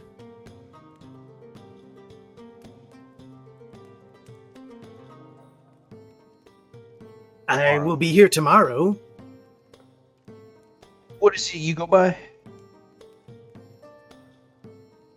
What can I call you? Oh, sorry, I was going to say I go by gold coins, that's how I function. You can call me Zeba.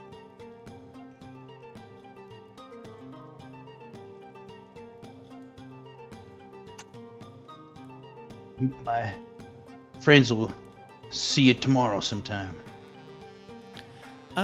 While I'm kind of cross-referencing with the book that he's pulled out and sort of glancing at at the exoskeleton, could I possibly do an investigation check to see if I do if the book is mentioning some of the techniques used in this device or whatever? You could give me an Arcana check for that, yeah.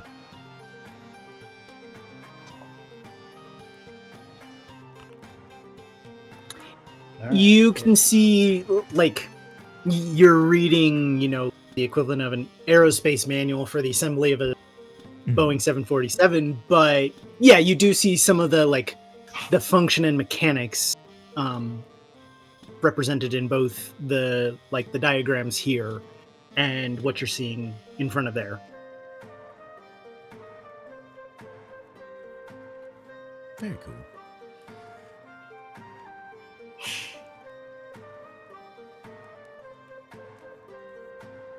Well, I guess till tomorrow. I'm sure I can count on your sale tomorrow.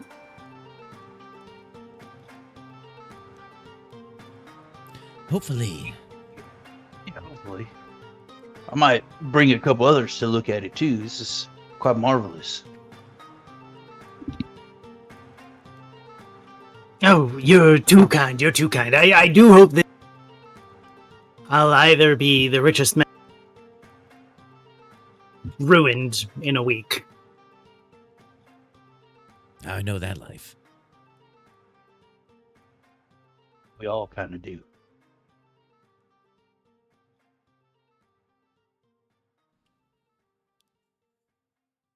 But I guess.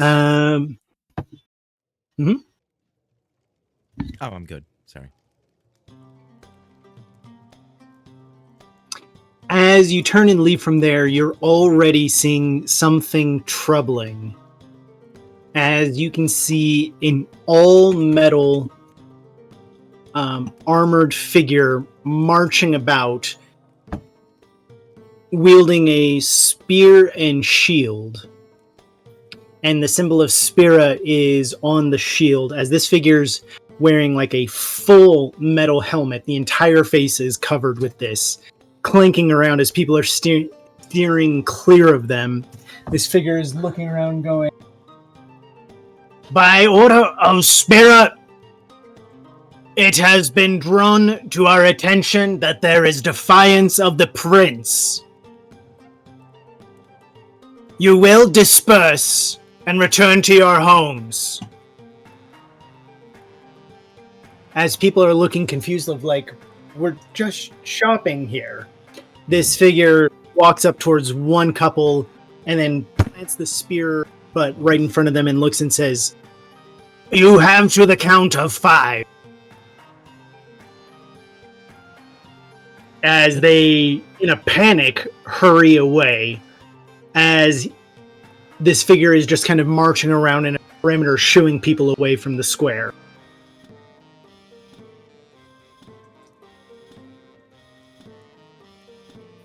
Arrogans are quite assholes. Well, at least we know what one of those wardens look like. How much more different does the warden's like suit look from kind of what we're looking at, or are they completely different types of things? So the Templars, the Spearin Templars are wearing very standard armor. It looks like standard armor. It's, I think it's split plate. The warden is fully covered in metal. You don't see a part of them that is anything else. As you could tell, if you were in a fight with them, you'd have to punch through a lot. It is the equivalent of like an armored truck next to a tank. Okay. So is that suit of armor anything like the exosuit we were just looking at, or are they? So you do see blue lines running through it in like a vein pattern across the back of the suit, but it doesn't look overly much like the exoskeleton. I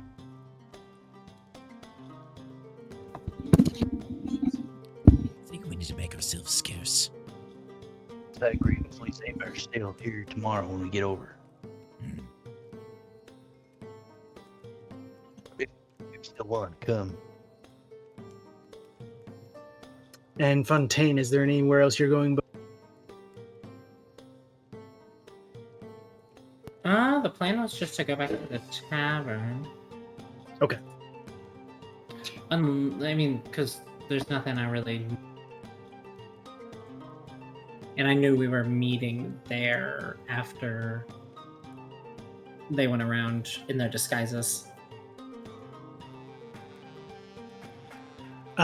As you get there, you can see that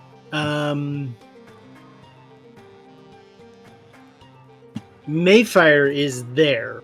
Fon Lee's assistant is already at the tavern and waiting for you as she gives a cautious little wave to you. I'll like nod my head to her. As she gestures for you to come sit down, you do so as one by one everyone in or stop. That came out for me. I'm sorry I didn't hear that last part. Is anyone else doing anything before they circle back to the... No, I'm good. Then one by one as you all kind of file in through there. Mayfire's sitting there looking at all of you going, my employer would like to know if what we discussed was a success? Is Brody and Rivik back as well? Yes. Oh God, Rivik, what the fuck did you do? And I'm going over and I'm like applying bandages and stuff.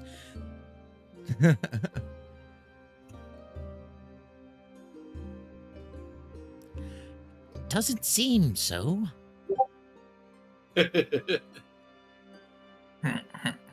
Bodhi, you're muted.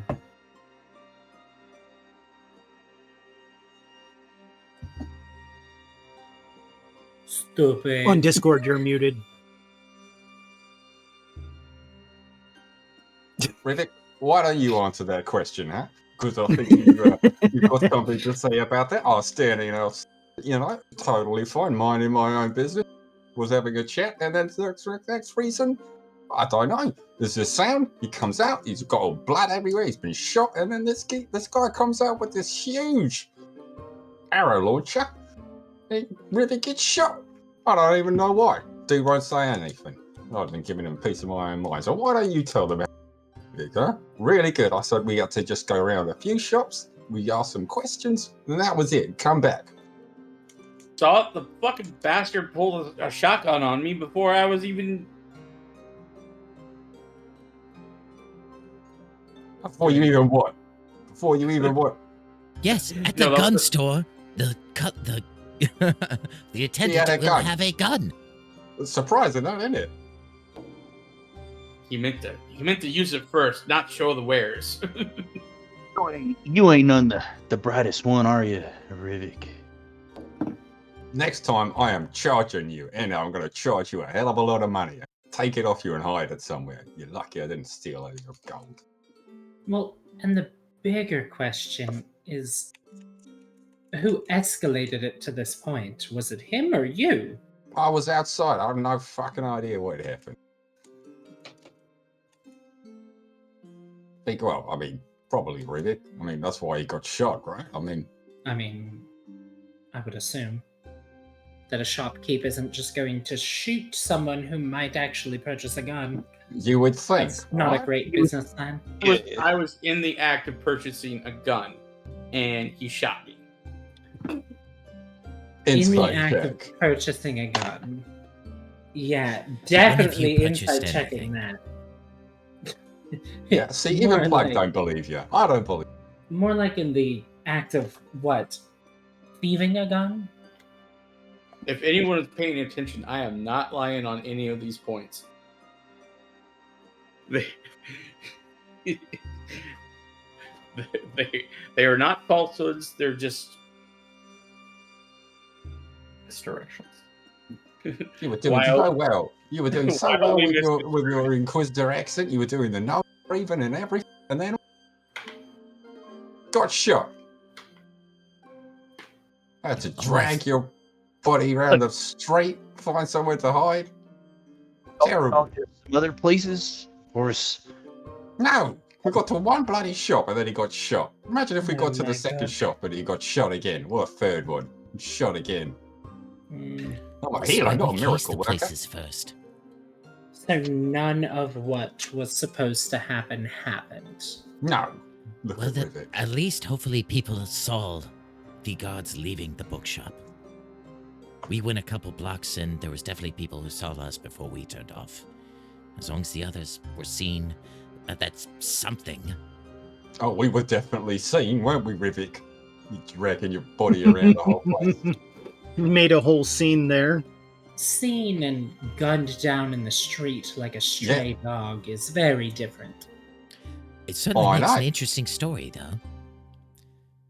I just wanted to go for a walkabout. Second time this thing's sort of strange with Rivet. Were there people in the street when you and this halfling were talking? Absolutely. Then they've at least seen something, so there's stuff out there. Probably not as best as we would have hoped, but there's something at least.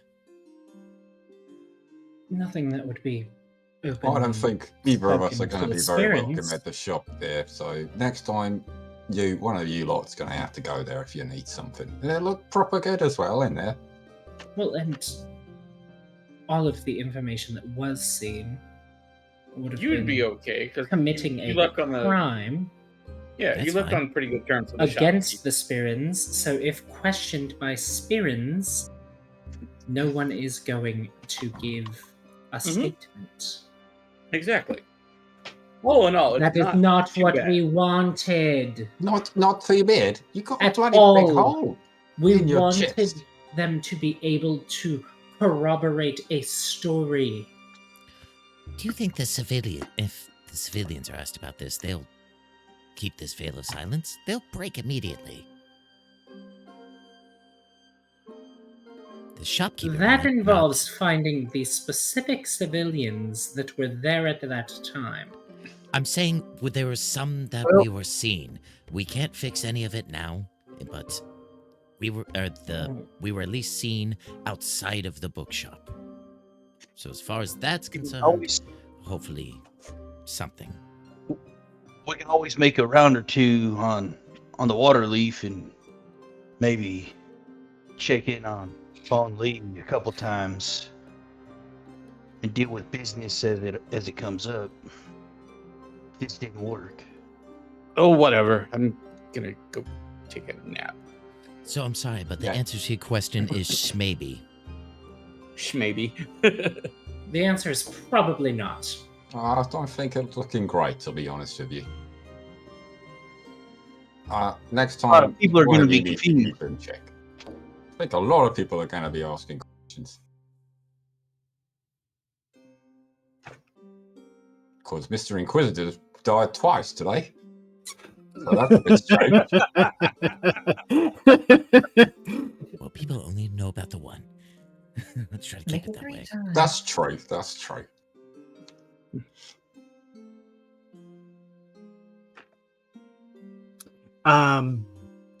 Would he have a concussion? Should he go to sleep?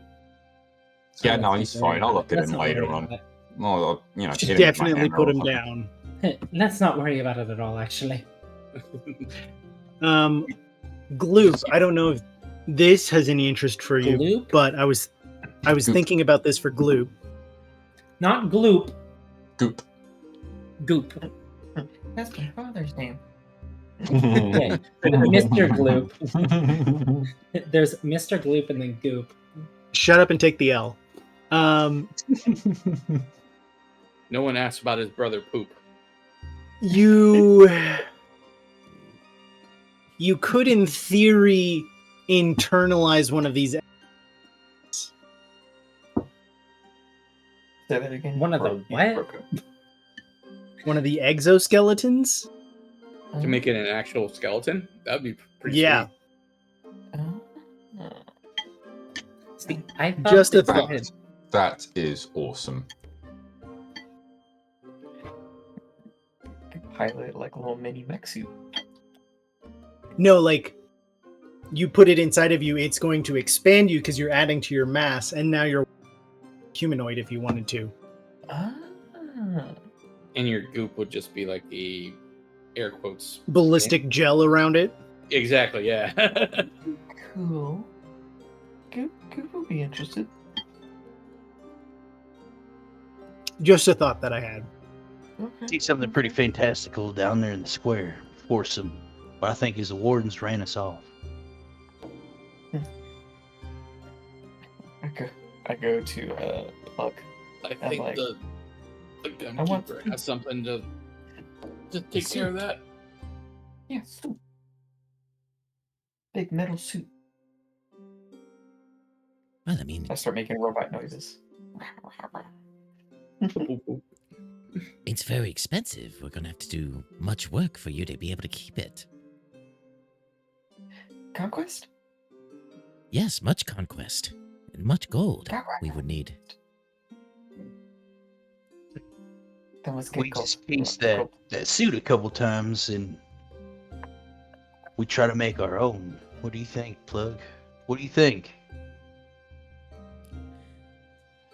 I mean, we might get the basics, but I think that's going to be quite an endeavor to do. Like, that's at least a 6-8 month commitment, I would think, to learning all the basics, getting all the materials, getting it all together, and producing the same results.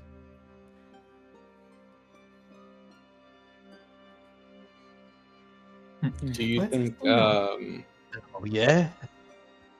Do you think Madam? What was her name? Tessa, or something like that. Oh, who are you talking about, Tessa? The Madam. Yeah, Madam of the Forge. Madam Emperor. Emperor. Yeah, thank you. Aren't you taking a nap? This is not Rivik saying anything intelligent. This is JC trying to say something halfway intelligent and maybe failing, but that's okay. You think she would have someone under her employ at the forge to like maybe kind of reverse engineer it, or speed up the process even? That might be something to investigate, especially with like the second stage of sort of our report back to the forge, because I don't know where you guys are with yours, but I've completed my part of the thing, so I have to wait. I have to hit up my next contact with the forge. I've attempted my part. I don't know about success. But that would probably be the next time we'd be able to ask if they have anything sort of like that. There must be some metal workers or something be able to at least point, or maybe, make some suggestions, and Torek may be able to use the book, try and get some ideas. It works. But I'm kind of with what you said earlier, Crowley, we take to reverse engineer it would probably be very tricky. But again, just a guess. Reverse engineer, we could just engineer. We could build our own. Yeah, I mean, wouldn't that be something that maybe? So you found 2 shops with cool products. You pissed one off to the point where he shot you, and now you're going to start a rival business against the other guy? It's not a business against the other guy. It's just making our own thing. Exactly. And who knows? Maybe, or even you could do just make the introduction. Be like, hey, Madam Emperor, this is the guy who makes really good armored suits. Maybe you guys can work something out, business arrangement.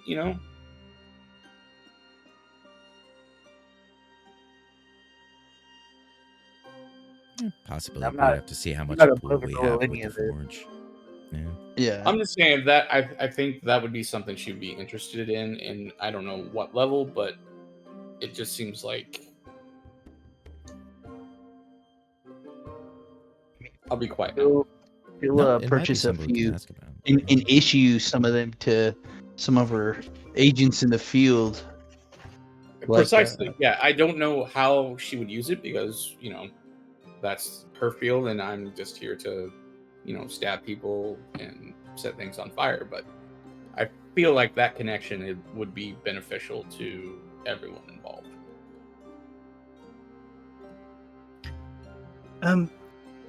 My lady did actually wonder if you might be receptive to another job. It sounds like you have another employer. But money? Yeah, no, we need the cash. I like this. I need the cash at least, but yeah, go on, you can tell us. This Madam Emperor, is this the same that is one of the Council of Nine for Eshen? Yes. The one making the announcements. That's right. Fonley might be able to put in a good word with her. If you were assisting on something, might even be able to help get some progress on your jobs, I don't know. But she would be extremely grateful if you could lend a hand, since you've already proven adept, and well, we've apparently all, what's that expression about, thicker than blood? Well, we've at least got the blood. Yeah, we've got a lot of blood in us, don't we, Rivik? See, I was trying to speak Bodhi. I'm upstairs taking a nap. I know. I'm just analogy, not loudly proclaim in the tavern what we may have done. What's the job you're talking about? She believes she knows the lead as to where to find this missing individual that she spoke of. Oh, interesting. She was wondering if you might be capable of venturing out. She pulls out a map and she says, Broken Top Bay seems to be the last lead that her father spoke of. She was wondering if she might be able to hire you to venture out that way and look into this. Is the missing person, is that her father or that Gilgazo druid guy? Well, you're not sure, but you should definitely say those names out loud. Yeah, no, even don't say even. I'm not even in the room. This is me. Yeah. What do you mean you don't know a fucking Gilgazo? Everyone knows him. Presumably Gilgazo, isn't it? So. Mm-hmm. Probably. I mean, that's not that far from where I came from. I was looking at the map, see where my fucking town was. Okay, very far. Mm-hmm. Oh yeah, Toma.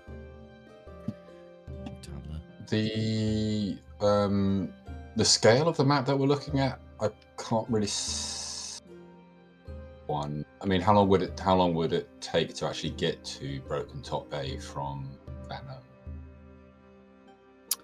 That is a good question.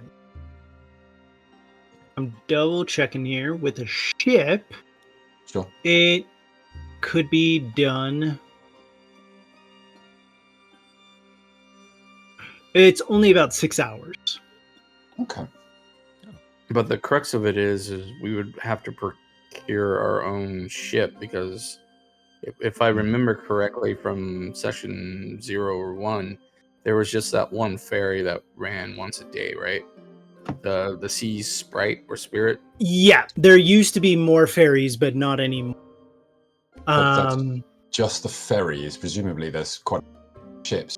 Yes, because there's a lot of fishing and such going on. So yeah. Right. Well, what I'm saying is we'd have to get a ship, either hire or steal or whatever. My lady did anticipate that. She recommended stopping by the Bluefin Tavern.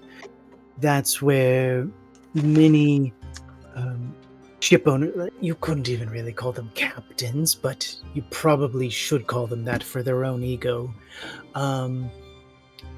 That's their usual watering. You might be able to hire someone with a boat. All right. Thanks for the tip. Sounds like we need somebody to schmooze. Yeah. My specialty. She wanted to give an advance on an old family artifact that might be able to show her appreciation. and she pulls out like a beaded necklace with several very large onyx on it. Each of the larger beads inscribed with glowing blue. Pretty. Aether infused. And what does this do? Ooh. It allows the bearer to gain insights into an opponent. Oh. Hmm. In more of a social interaction or a like a physical fighting interaction? If you are looking at a target, you can spend an action to trigger this, and you can learn a number of options about it. So you can either learn 2 of their stats. You can learn their HP,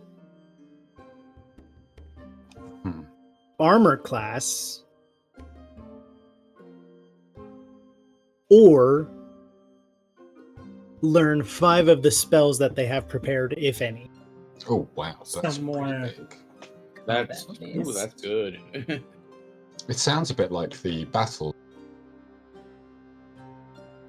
The what? Fighter? Is it the fighter feat or the battle master? Oh, fighter does have something like battle master has something like that. Yeah, sort of like that. Okay,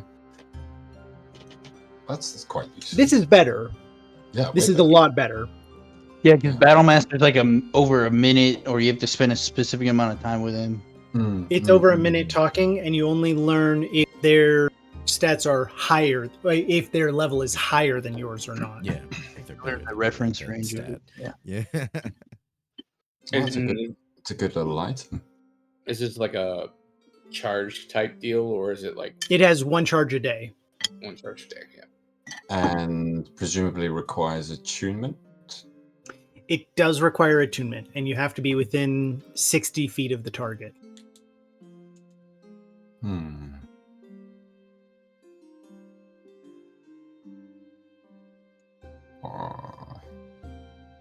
60 feet of the target, so you kind of need to be kind of stealthy. Yeah. But it's also only an action, though, so yeah, like you could be mid-fight and make use of it. That's true. That's true.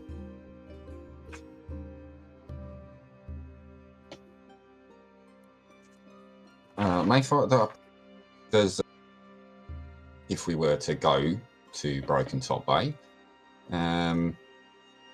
where would we find somewhere that we could, find some like potions that might help us breathe underwater if we needed to do some investigating under the seas? Is there somewhere nearby or somewhere you recommend for us to go? Didn't my lady recommend a potion shop to you? Yeah, did you guys go there and shoot that? Oh, we would have gone there, but kind of a little bit busy trying to keep Riddick alive. But yeah, we'll go there. But at least they won't try to kill us when we walk in. That's good to know. Yeah, just bloody hope not. Possibly. I've got the Salty Rose Apothecary, I believe, is the one that she is talking about. Cool. Would I know, like, I mean, obviously it's over the mountains from where I'm from. Would I know anything about Broken Top Bay?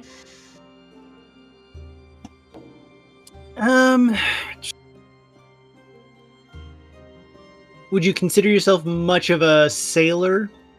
No. 0%. I've definitely talked to many sailors and gotten them to spill their secrets. Yeah, secrets and stories and things like that. Did anyone take that region? I know, like, when we were doing Session 0, they had, like, the certain, like, towns or regions. I'm trying to remember where I was from. I remember there was one that was, like, proficient with, like, naval. Like, the vehicle. I'm just curious if anyone took that. Yeah.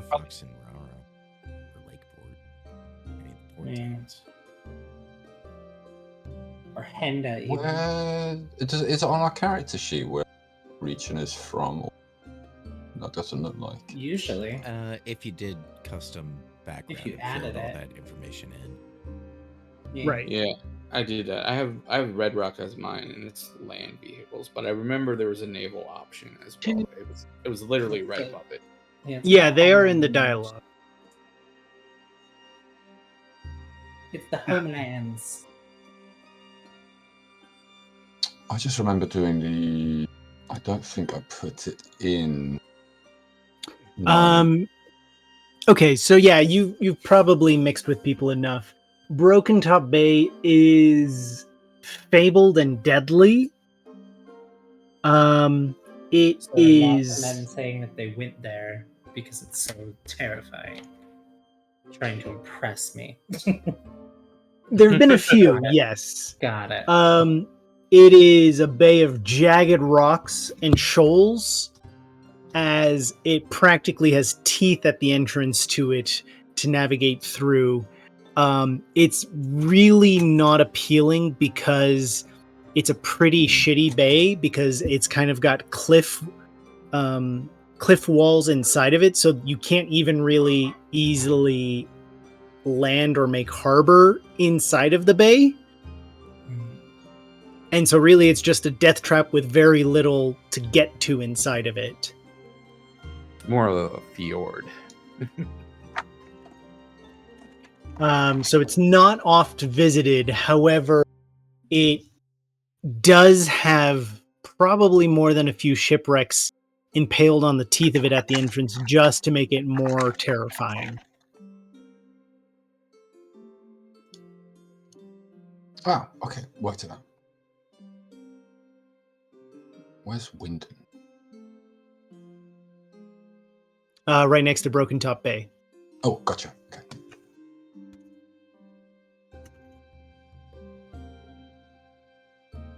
Okay. We're on opposite sides. Yes. See, I knew I wasn't smoking crack when I was thinking of that. So it's going not to be that particular difficult. moment you weren't. So it'll be difficult to find somebody who wants to sail into it.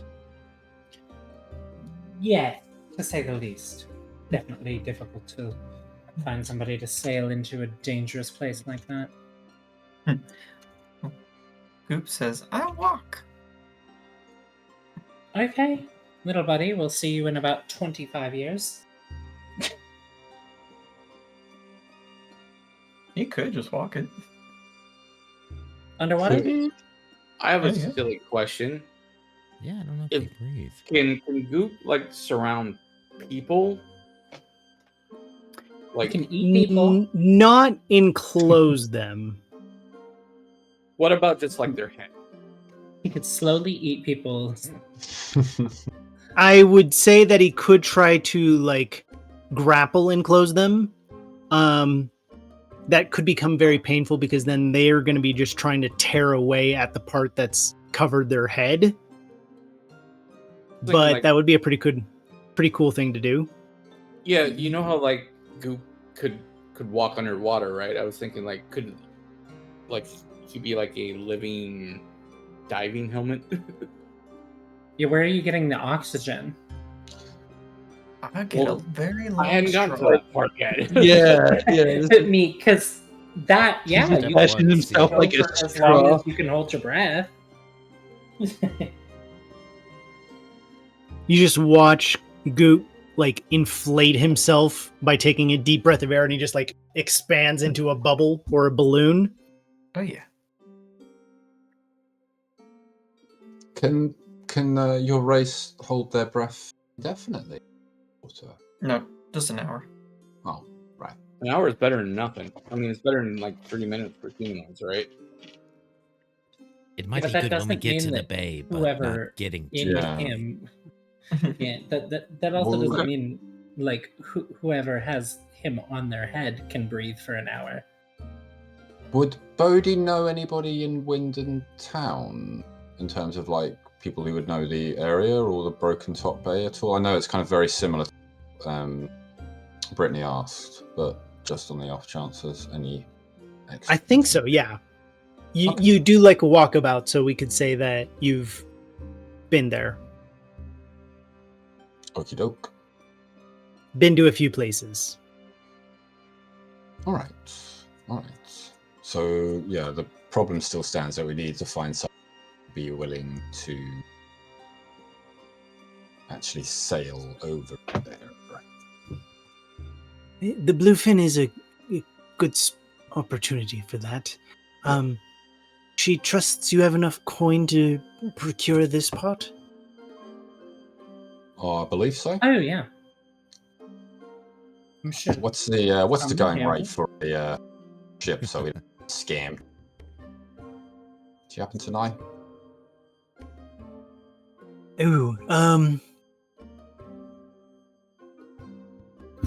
I don't know what anyone might charge, but I feel like it can't be more than 75 gold round trip for such a thing.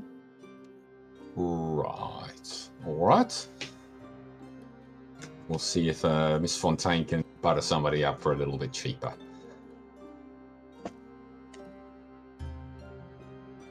Possibly. Depends on who. Well, we at least have another thing to go towards. That's right, and a nice new trinket. I do hope this helps. It sounds as though you end up in trouble frequently. Perhaps this will save a life or two.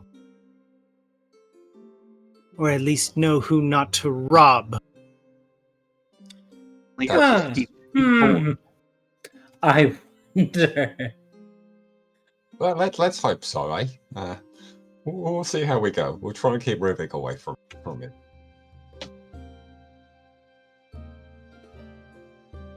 I heard there was a bit of an incident in the street. No, not at all. There's no incident whatsoever. Totally fine. Nothing here. Technically, the incident took place in the shop. You got shot in the street. Oh, the incident of the Spear and Inquisitor trying to rob from that one place? Getting shot in the street? That was terrifying. Absolutely. I didn't hear anything about a Spearin. Well, Totally no, that's not true at all. I did absolutely hear about a Spearin Rivik. In the guy. Boo!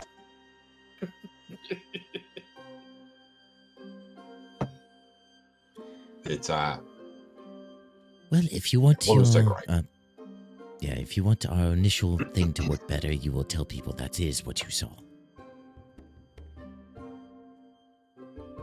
Right. The poison for Cusco. Cusco's poison. Cusco's poison. Right. That poison?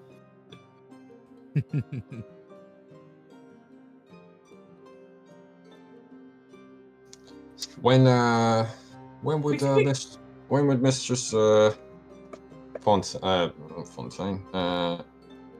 Fawnley want us to head off? Does she have kind of like a time scope on this? Is she pressed for time?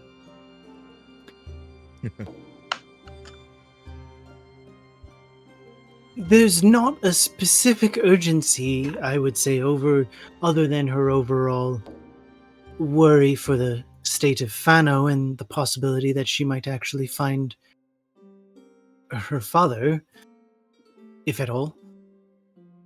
So sooner rather than later. All right, that's fair. I think that's the amount of the urgency there. Yes. As soon as possible. Yes.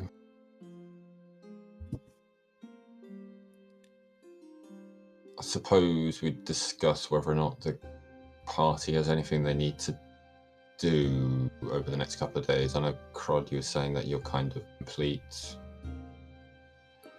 Until I meet my next contact. Some business in Indos I need to deal with. Well, and I don't know yet because I messaged Corn, but he didn't answer me. No. only like 7 times. Jesus.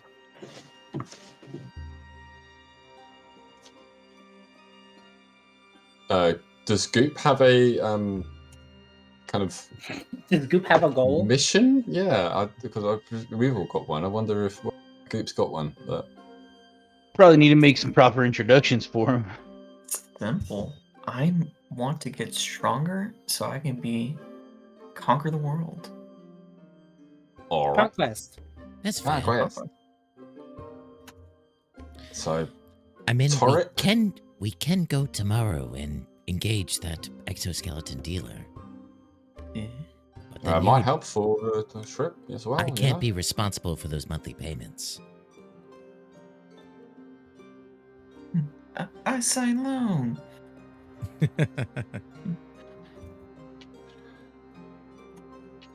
Presuming the weather's all right tomorrow. Yeah.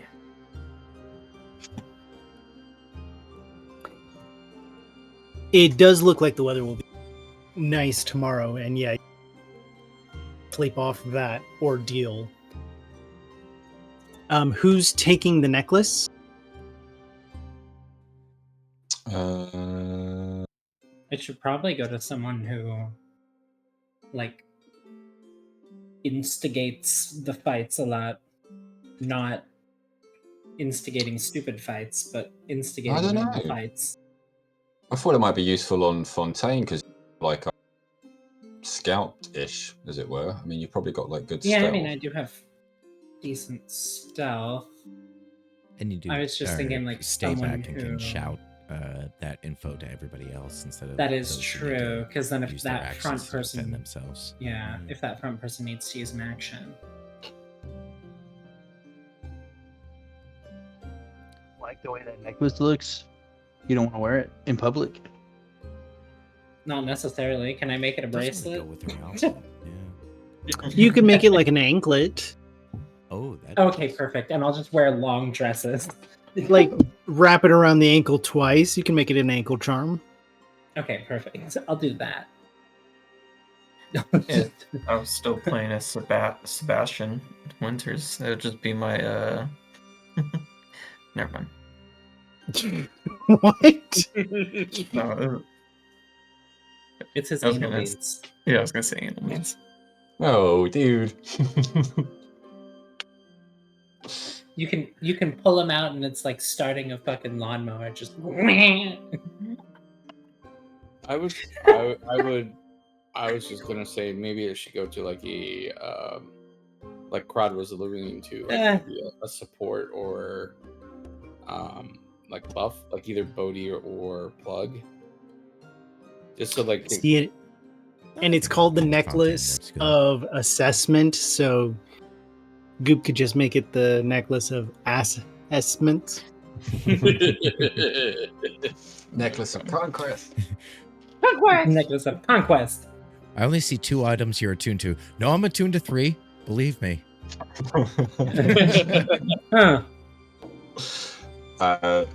Crod, why don't you hold on to it for the moment? Brody can also use it as well. But if one of us can use it, if we're the more support characters,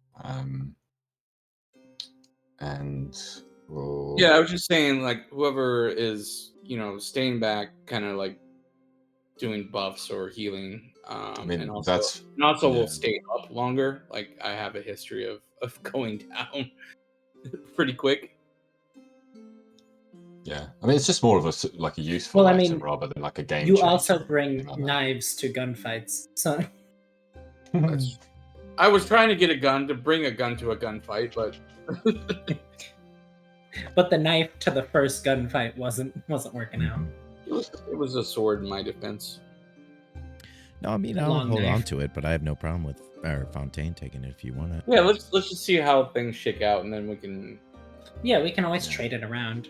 Yeah, I think there's arguments for a few different characters to be using it, but yeah, why don't you hold on to it, mate?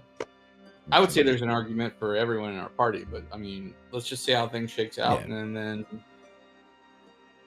So Rivik for the moment. No. Plug. Plug. Wait, no, but I thought it wasn't going up people's ass. There you go. Oh, there you go. Sorry, already attuned.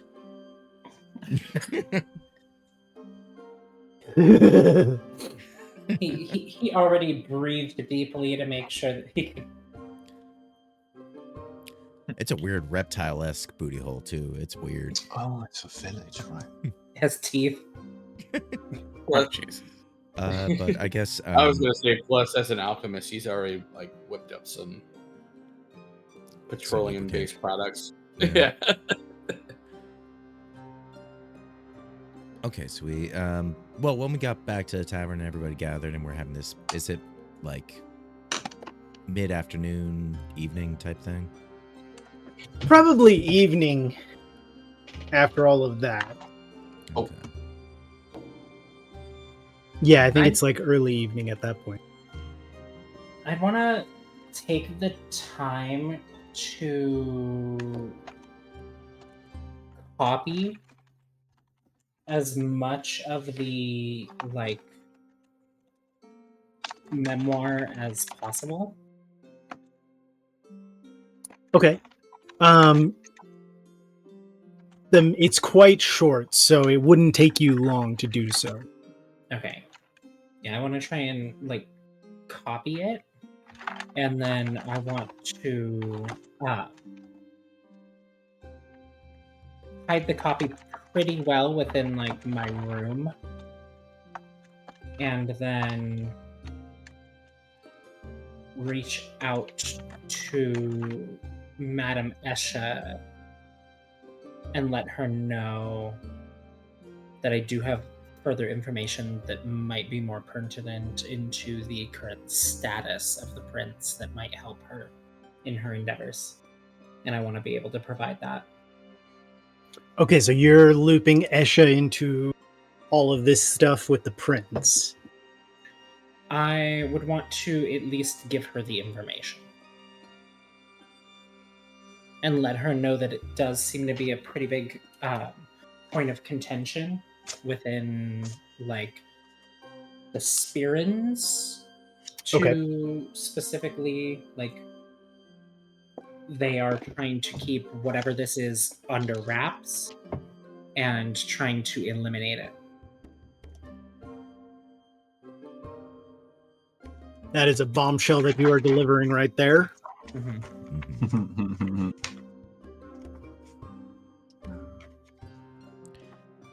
And I would also try to make contact with whoever I need to for after I gain the schematics. But I'm also looking at them over the night. That's just what I was going to ask. Yeah.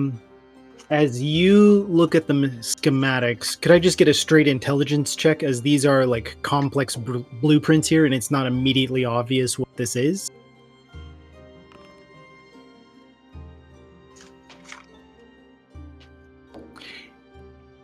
This design is for a long metal cylinder with some machinations to it, and the more you're looking at it, the more you realize this is something enclosed and designed to be on water, or specifically underwater. Long metal cylinder that vibrates. This is the designs for a submersible. Ooh. That's cool.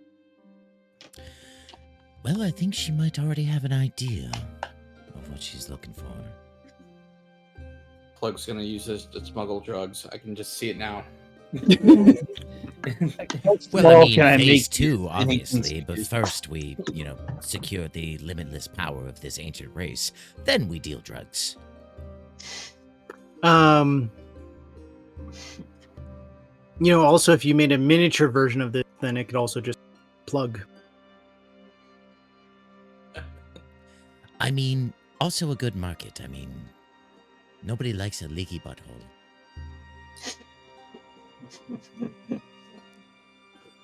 I'm sure dysentery can be somewhat of a problem in this medieval time. All the merkwa that's going around. You don't know what's safe to eat anymore. Of course, you just had to. I like better than him. Of course, you just had to make the reason for plugs and beads so much worse. Yeah. Well, the practical reason forms first, then the sexual reason.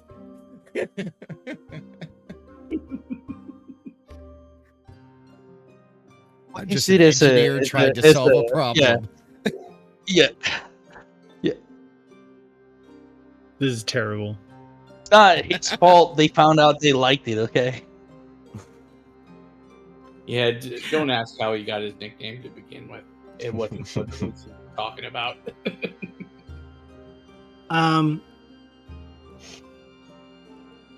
You think you could do so tonight or in the morning if you want to? Wait a little bit later, but looking over it, you can definitely make out what this schematic is for. By your estimate, its design could fit 3 comfortably, 5 very uncomfortably. But it is also designed. One's a short guy. Should be okay. You might even be able to cram the plasmid inside of the halfling or the short guy. Gnome, yeah. The submersible is also designed with a sharp point to the front of it for ramming. Interesting. For ramming? Yes. Yeah. And presumably, this schematic came out of the journal. I don't necessarily know that her father drew this, but... No. The schematic was tucked inside of the journal, if you remember. Okay. Yeah, so not involved in that. Okay. We're assuming or most likely. Not necessarily, yeah. You don't have any indication of the hiding place, but it could be. Mm-hmm. He was investigating the Endosians, so he might have picked up some advanced designs from there. Okay, yeah. That makes more sense, yeah. Either way, you've got it. And when would you want to make that delivery?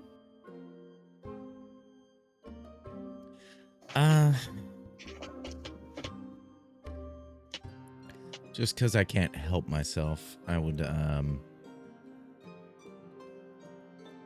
probably keep it and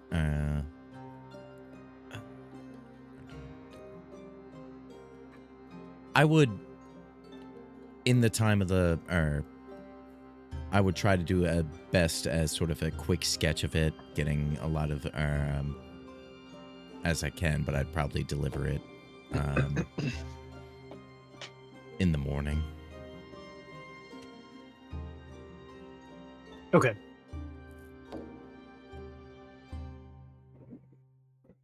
But yeah, I would try to copy as much as I could. Might be really useful.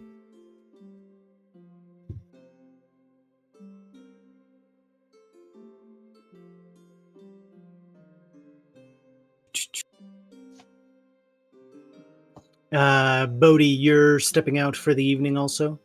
Yep, going for a walkabout. Clear any lingering feelings about the earlier mishaps. A few things have gone awry, haven't they? They have. The next morning, as you all wake up, messages and deliveries. Do you make your way over towards the Blue Flynn? Could we drop by the apothecary to check about the potions for water breathing and see if there's anything else that's out before we do? Or like, she's like a general goods store. Yeah, or is it worth going to the tavern first, hearing what the sailors say, and then going to the stores? Either way. Probably do that, because then we'll get a time. We get a timetable from the captains, and then make our arrangements. Yeah, that sounds good. Why don't we do that? think Goop will try to get that exoskeleton and just sign like a college student just signed a debt he doesn't know what he's signing for. I'll front you the first month. How much was it? Like 150 gold or something? 120 a month for 60 months. 120. So, or 7,200 in total with financing. Just put Goop in a fighting pit. Over 20% interest. Mm-hmm. Yeah, it's not ridiculous. A great loan, but it's fine. I mean, you're buying an expensive item. That's way more than 20% interest. I didn't. Yeah, I just did the basic math. I didn't want to do it in specifics, but yeah, it's a lot. Well, if you can find somewhere that would offer you interest, offer you a loan at all. But yeah. Oh yeah, we're not getting great rates here. Our credit's not great. We're rolling in with like a 520. We're not getting the best deal. Yeah. Plus, I feel like you all just had a discussion where you said you have no idea where the next month payment is going to come from. In front of the guy too. In front of him. Y'all had that conversation. He is there bright and early the next morning, still in the middle of setting up when you get there, Goop. Yeah. As he's,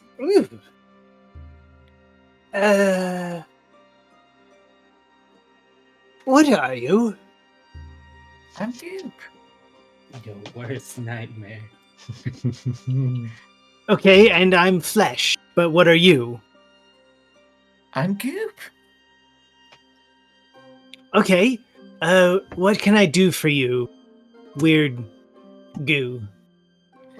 I point towards her exoskeleton. I buy. I like you. Do you have money? I pull out my purse, which is how much is it? It's probably like 8 gold. It's like super minimum. Well, I'll give you the first 120 for the first month. Oh, I have 19 gold. Well, I throw. If you give me the 101. Okay. There you go. Yeah. I have 0 gold now. Awesome.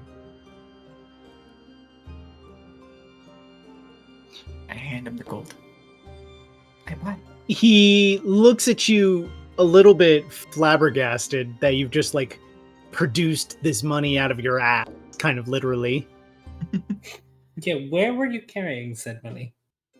It was inside the He is Goop. Near dear to his heart. Yeah, he just had it ass, in his. Funny enough, he doesn't have an asshole. I looked it up. They excrete through their skin. Yep. All of him is the asshole. All of the whole ass, or at least his whole exodermis. He is whole asshole.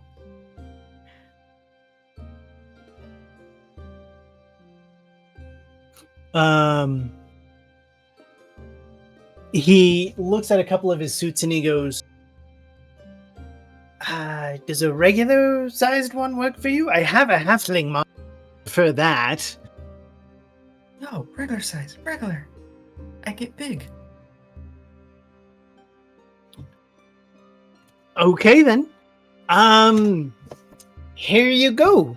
It comes with 2 charges included. Once you use those up, you can come and I offer packets for more charges. Yay! Oh, it's the subscription service. No. God damn it.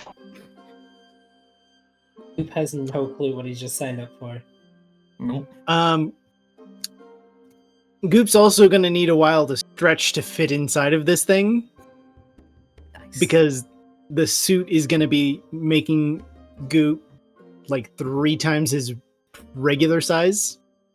So a lot of stretching. Some stretch Armstrong.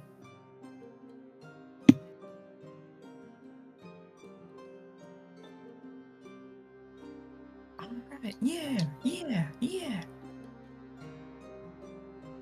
Went from being a cute little goo to this bit of a monstrosity with like. Just a Necron with 6 millimeters of pus around the outside. So you will be able to extract yourself from it and go back to goo state when you want to. Mm-hmm. But obviously you can't just unequip this. So like you would have to leave it behind somewhere as opposed to just store it inside you because it doesn't like fold up enough inside of you. Okay. That's fair. Is Toric of similar size to fit in it? Like, could they No, he's halfling. I get inside and then he wears He's it. specifically buying the full size. Oh God! Yeah. Are you saying? I mean, you would suffocate. Yeah. No. I'm just saying, like, if for some reason he had to unequip it, like you're saying. But he specifically bought the full-sized model, and Toric is not full-sized. Okay, that's what. Sorry. Whilst wearing it, your armor class will automatically go up by 1. Okay. And your dex will go up to 12. Nice. As instead of being an amorphous glob, you are actually like nimble. Okay. And then there's the other features that you can use running off of the power cell essentially. Yeah. That's cool. As we'll have to do some artwork for you. Yeah. Nice. Goop in a med. As you stop by the Salted Rose, this is the place that experiments with aether enhancement systems for getting your body shredded and the like, and other potions. As if you come here, there's a tiefling behind the bar who seems to be quite excited. Hey, well, I've never had a rabbit walk into my shop before. I feel like this is the start of a joke. Have you got a tortoise or turtle somewhere? Can race it. I have a pet frog. Good enough. I'm a snake if that helps with it.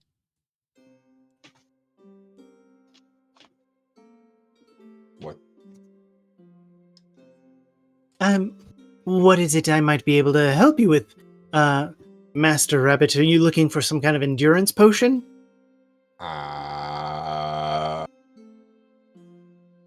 Specifically, looking for something to help steady you. Yeah, maybe after the nights we've been having, but no, something for breathing underwater. Can do some diving, fishing, and the like. I see. I don't have anything for that right now. I might be able to something ersatz-like that could get the job done, but not the usual standard water-breathing things. I do, however, have some very fine polymorph potions. Yeah, I suppose those might work. Could just turn you into something that already breathes water. Yeah, exactly. How much would one of those set us back? Well, do you want the good ones or the regular? There's the regular ones. They can turn you up to anything of half CR. Mm-hmm. The good ones do a lot more.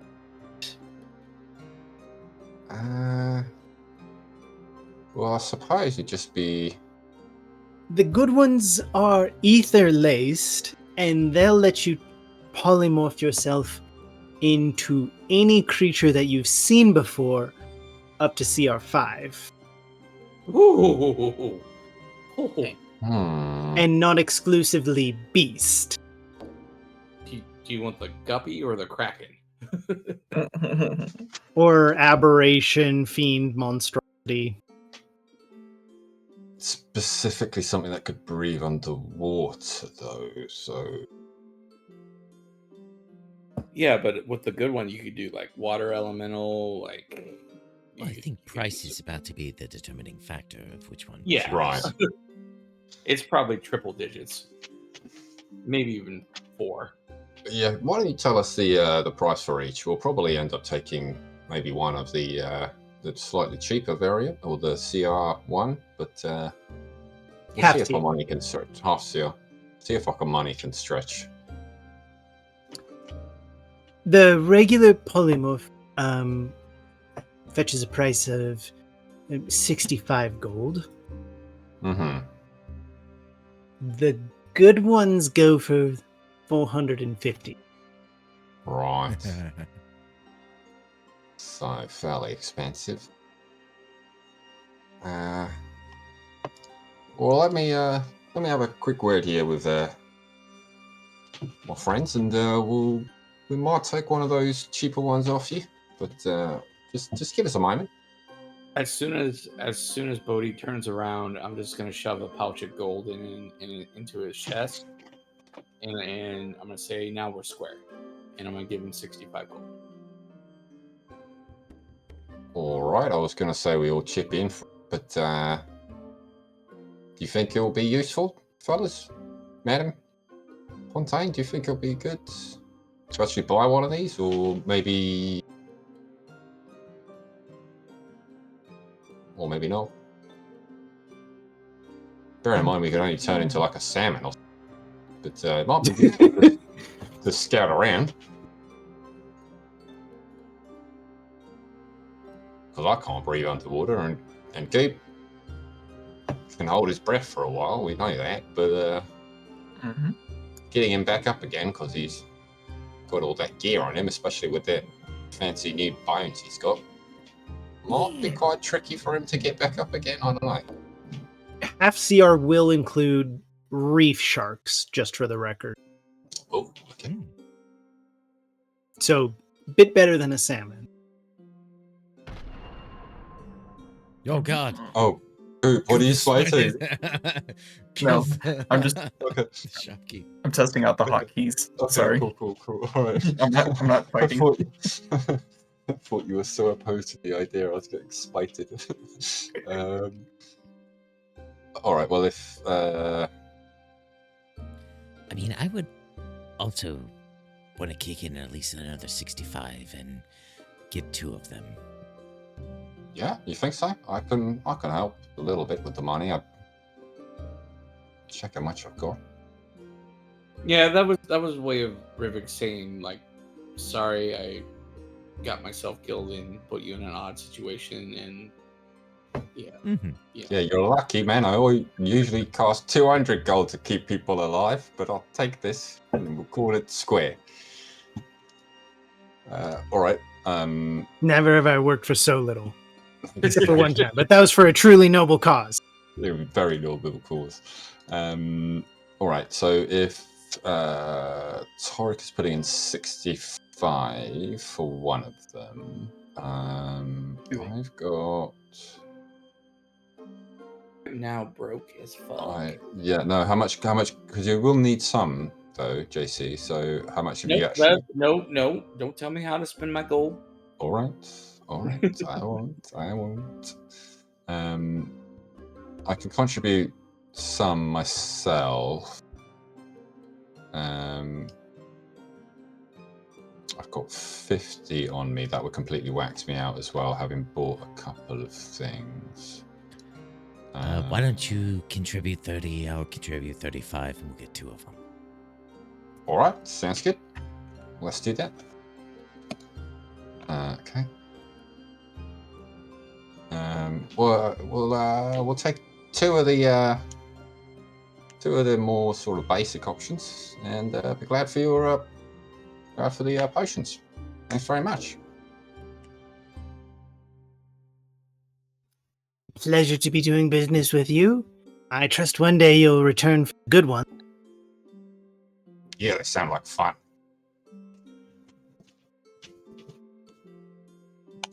Oh, most definitely.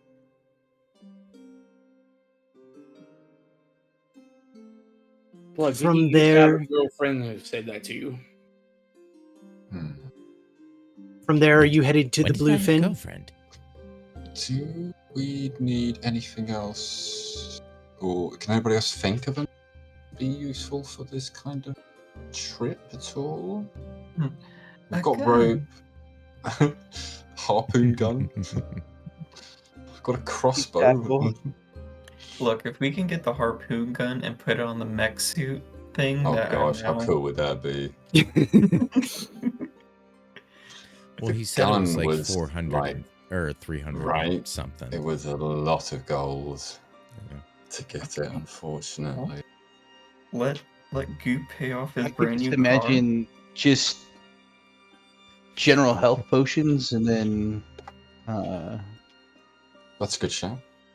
Yeah, and then something Torek would look for would be like cook's utensils and stuff, some basic ingredients to cook. Well, yeah. How much are the cheapest healing potions? I just remember them being quite pricey, but we're a little bit more here on Fano. They're a good deal cheaper. Okay.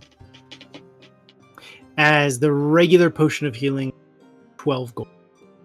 Okay.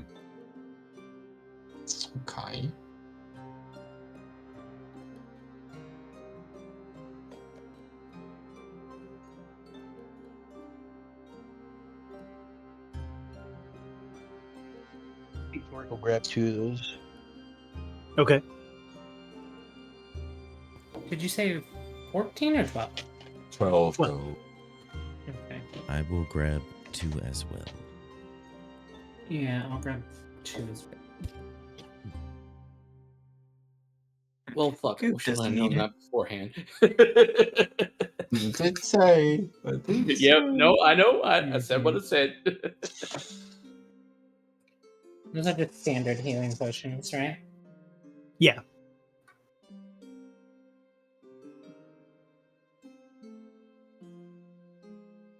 I've got the healer's kit.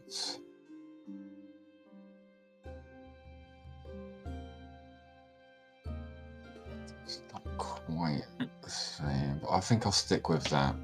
And I'll just try to use it on you guys. Yeah, I think other people should get potions, but you should first kit. That way you're getting the spread pretty well. Yeah. Be a chance for us to explore like a general goods store, so I could try to pick up some cook's utensils. Yeah. And ingredients for some snacks and treats. Some cookies. Yeah, you picked up chef, didn't you, for the talent, right? Yeah. Cool. How much would you want to spend on that? I'd say I don't know how much the cook's utensils set costs in general, but as far as like the amount of the utensil set would only be about 8 gold for a basic set. It's not going to be a fancy set, but it'll get the job done. One of those, and then probably like enough like dried meats, rations, maybe like hours and stuff like that, for we'll say 2 days. Okay. Some onion powder. All you need is bacon, flour, and a good cast iron. You're good.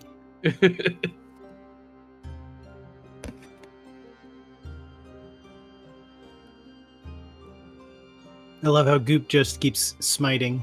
Right. Just test out my little shit. With all this, like the ingredients and stuff, it'll come to 12 gold to have a decent set of ingredients on hand for a couple days. I forgot the numbers. So total of 20. No. Total of 12, including the ingredient, the cook's utensils. Okay.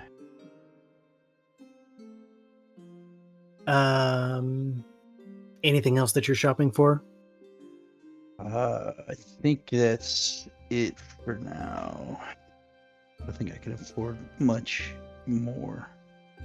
We need the money also to be able to pay for the ship. So we'll probably be pooling cash that we've got.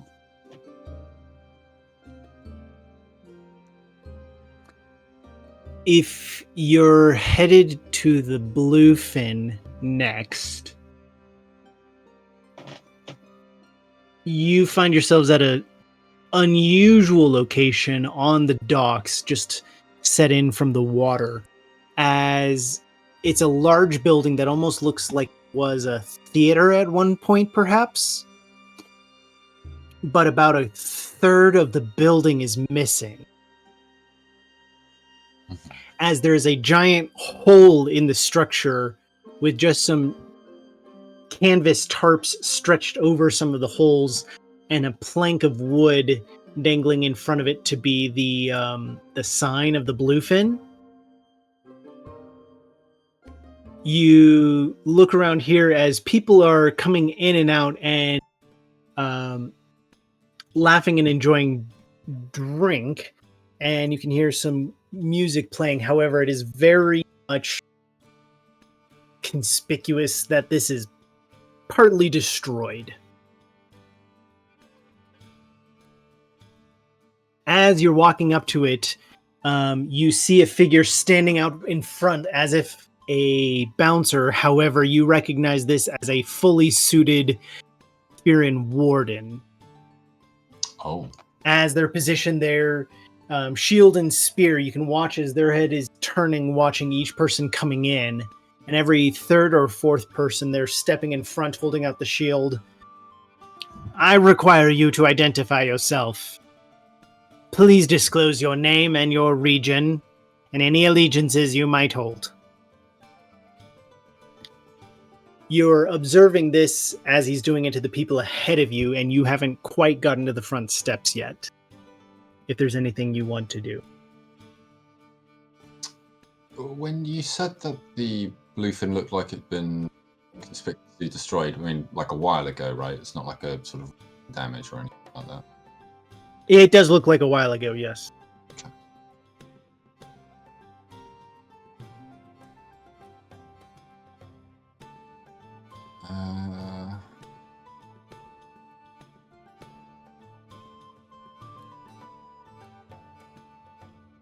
I suppose. Is there any sort of way to get that would be going around? Going around? Like going around the Spirin?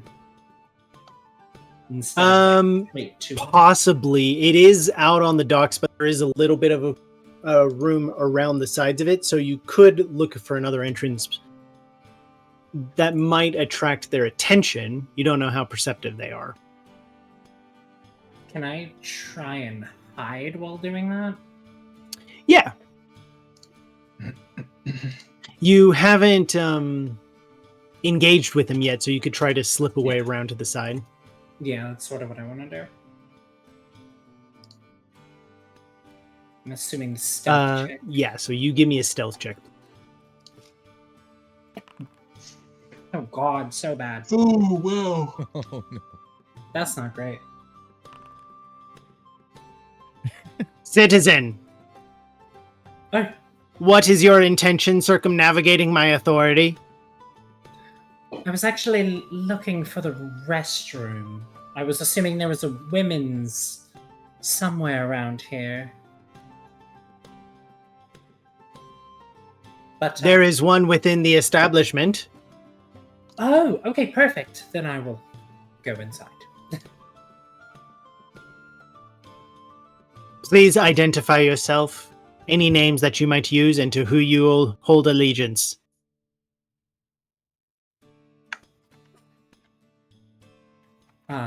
Fontaine and allegiance to myself. You do not hold allegiance to the prince? Oh, well, I mean, isn't that obvious? Everybody in this general area does, right? Of course. Also, is this bar as seedy as it seems? I have a feeling like... Whereas I would love to see some of the more seedy bars, I do really love the clubs uptown furthermore. But did want to at least walk in and see what these type of bars look like. I cannot speak to the nature of the bar. My position is to be in watch out front. I will observe. You have yet to affirm your allegiance to the prince. Again, I said, isn't everybody around here? Answering a question with a question is not an affirmative. I mean... Okay. Well, yes, I have allegiance. Technically, I live in his land. You see like a little twitch. He's like fully encased in metal. Little body language you can get, but there's like a little twitch of the technically being dropped there. Well, it is technical. He owns all this land. But yes, I mean, that would be the only allegiance. Does your allegiance extend beyond a technicality?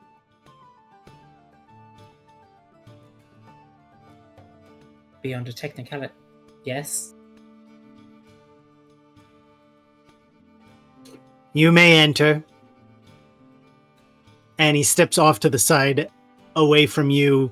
But now you all are kind of tainted, as he's going to be asking every one of you questions, because that Fontaine's interrogation stunk. I mean, well, yeah, I am. Okay. As it's extending the same to Plug to Goop. There's a decent while on Goop as he attempts to classify what you are, but lets Goop go through. Or get an answer, I would feel like, from Goop that is a nature he needs. Conquest! Just, it's only conquest or I am Goop. Of whom are you conquering? Oh no. The world! Oh no. Oh no. The way! Oh, yes. Doesn't he have a vivid imagination? Oh, he's so cute, ain't he? Ready to conquer the day. Oh, he's going to be a doing. great warrior for the Prince Aaron at some point. Aren't you good? Oh, aren't you good? Yeah. As you come in, the bluefin is clearly something of like the angler's headquarter or the headquarters of the angling community of Crystal Lake, as this is like a fisherman's bar. The destruction is visible inside as like there's just an orb of damage in here. But it's old, it's just not been seen to. But there's like paintings of fishermen with fish. There's like fishing rods stationed up on the walls. And behind the bar, you can see a large fish impaled on a wooden board. But its head flapping around and it's talking. Not another one. As this fish is stuck here, its head is turning. It's like, oh yeah, furballs, just laugh it up. While I'm the stupid fish that's stuck up on a wall for the rest of his life. You're the dumb fucks who think it's funny.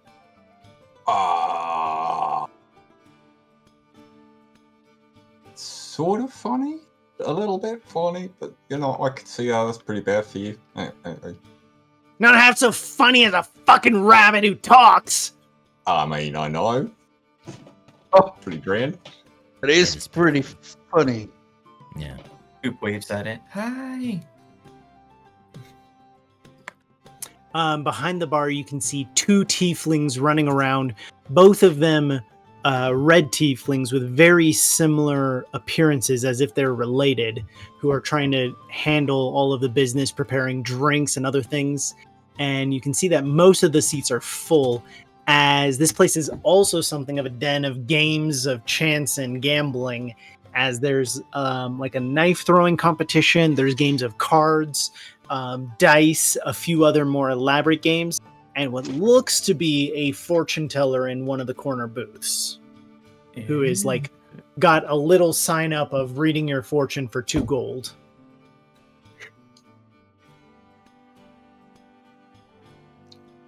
Reading you and your fortune. The fish behind the bar is like, "What? You need an engraved invitation? You're gonna come order a drink or what?" Come on, move your princely ass over here and take a seat. You are fascinating, I've got to say. Never seen anything like you. I'd say the same about you if I could. Right. You can't see, or you just know that I'm here? I just know you're a boring fuckface who's not fascinating. Right. Okay. Yeah. So pretty pleasant. You'll remind me of that. What do you expect from me? I'm a fish out of water. All right. Good joke, mate. I like it. As you come up to the bar, the 2 tieflings pause and lean over and go, in unison, "Welcome to the Bluefin. How can we make a drink for you?" Quick question. Has my general appearance drawn eyes? Considering I'm very overdressed. Well, I'm just saying I'm always overdressed for a place like this. So Oh no, Goop. No. You're in a room full of fishermen who are suddenly like, "Oh, I've been at sea for far too long." Except they're gay fishermen. And they're just like, well, any sailor who's been at sea for too long is gonna go gay. They'll be happy with what Wisconsin for. They're Lincoln sailors. Yes, you are attracting attention. Okay. The fish like turns and looks and goes, "I'm sorry, but do my eyes deceive me? Or did the rabbit just blow out a snot bubble that's starting to walk?" Where? Did I? Really? That's amazing. How did I do that?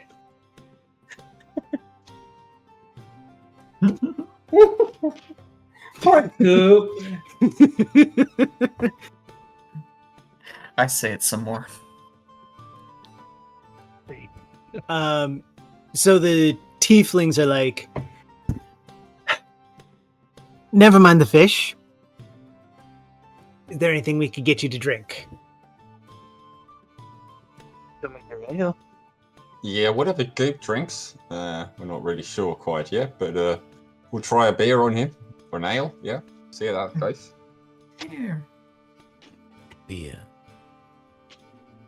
We'll take it an ale. I think Fontaine will want something else. Whiskey.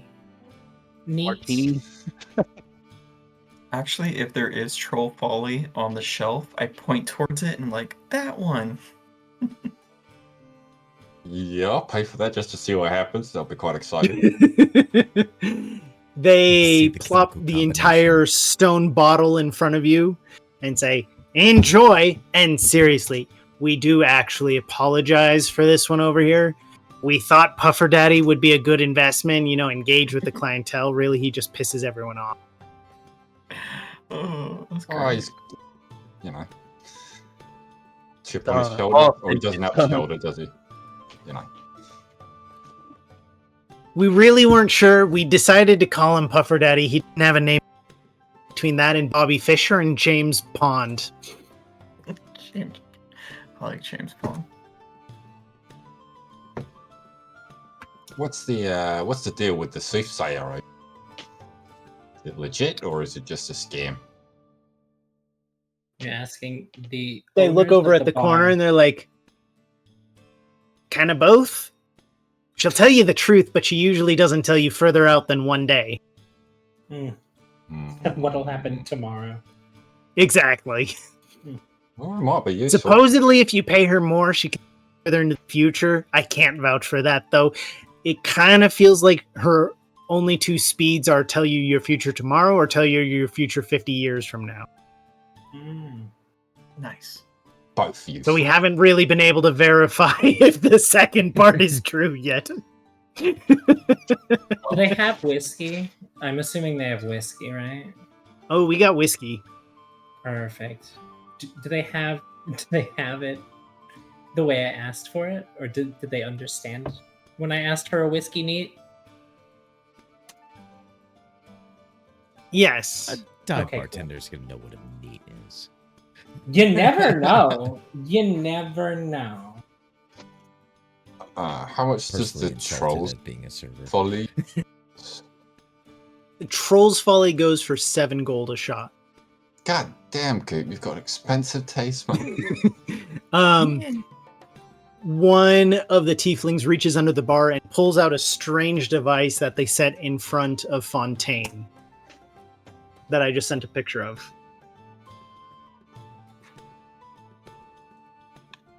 Huh? My brain went somewhere really inappropriate. It's like a keyblade with a whisk. Yeah, a key whisk. Or a whisk key. Fuck you. A whisk. All right. Well, this has been a great episode. We'll see you guys next week. Yeah, I'll see you next week. I'll see you. That does look pretty neat. That does look pretty neat. You asked for a neat whiskey and they gave it to you. That's right. Can't be too mad at them. Joke's on you, it's a +3 artifact. The brothers introduce themselves as Parable and Paradigm, so they're really into bad jokes and puns and double entendres.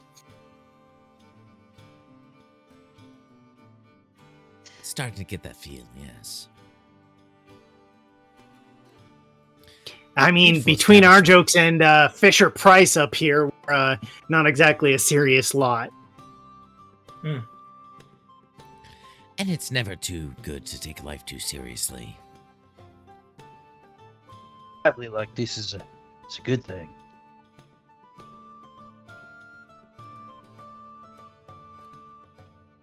So anyways, we can actually get you those. If you want to take a seat, you can go talk to Soothsayer. Anything you're looking for other than a fine drink and belly full of laughs? Conquest. A good Hey, buddy, I hear you, okay? But if you start saying that too loud, people are going to start stringing you up as a tyrant, so... My dream come true. We're looking for a good ship captain. Well, we got a few of those here, to be honest.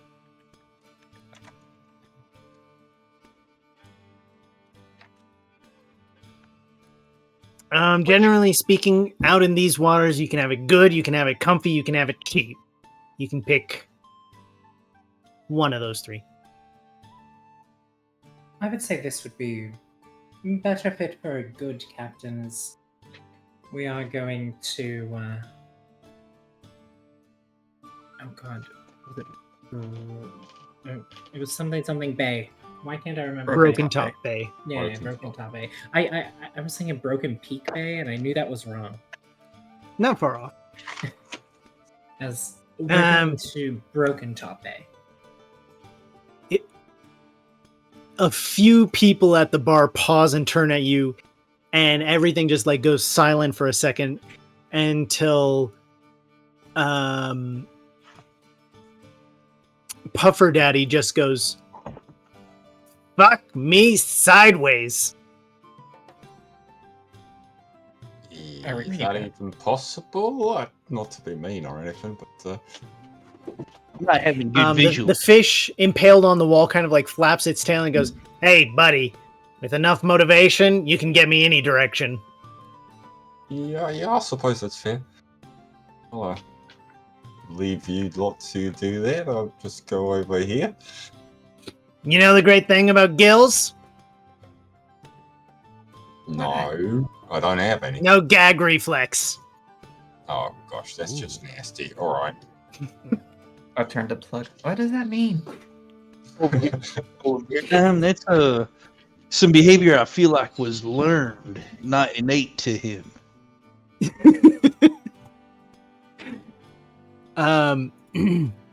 He Parable points all the way over here and he says, "You'll want to talk to Gatlish Redfall if you're looking for a job like that. You're gonna need a cross section of crazy and good." Perfect. Thank you. And what did I owe you for the drink? Did someone say crazy?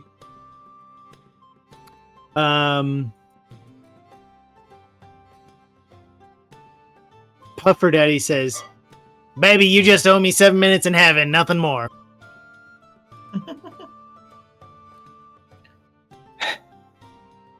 Just the 1 gold, and we're sorry for him.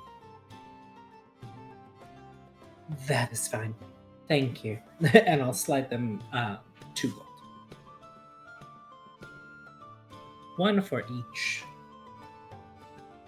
We appreciate that greatly. Of course. And I will make my way with my drink walking. Away from Puffer Daddy?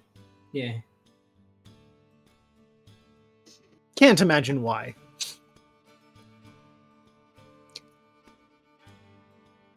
As you get eyes on the Captain Gatlish, I think that's where we'll end for tonight with the verbal abuse from a fish. Yeah. That happened. Hey. Oh, it tastes like a champ. You can drink it. God damn. Yeah. Nothing happens. How does Goop down that? He doesn't have a. Well, he could form a mouth. He could. puts the shot glass into his body. I mean, yeah, I guess I make a mouth and I just like pour it like that awkward way Donald Trump holds both hands when drinking a. Oh my god. I'm not sure I've studied that before. It's quite entertaining. Oh, when he does the water bottle, it's a 2-hand affair each time. Just Goop didn't have any money, right? No. And I did say I'd pay for it just because I wanted to see what happened. That was 7 gold. Okay, Yeah. There it is. That's what I'm talking about. See, Oh my god. See, I was expecting more of this. oh, it's always 2 hands. Yeah. It's always the Very 2 hands, yeah. glasses. It's just an odd way to To drink. fucking bring it up and then just. Well, to be fair, I'm now piloting hands it. Kiss it. His hands are too small to hold in one. I mean, it makes perfect sense. But yeah, I take it like a champ. You do take it like a champ. Have any of you seen the mock-ups for the ballroom attachment? No. Oh my god, that is the gaudiest thing I've seen ever. The ballroom attachment? It's gonna be He's all decked out in gold. spending- It's gonna be beautiful. He's spending $200 million for a ballroom attachment to the White House. Now I want. But it's to just like a somehow- giant square shapelet, like meaningless add-on to the White House building. Like a convention hall space. Yeah, it looks like they just attached a convention hall to the side of the White House. Oh no, that's a key. All right. It's so tacky. New Comic-Con coming to Aren't the White there, House. aren't there legitimately?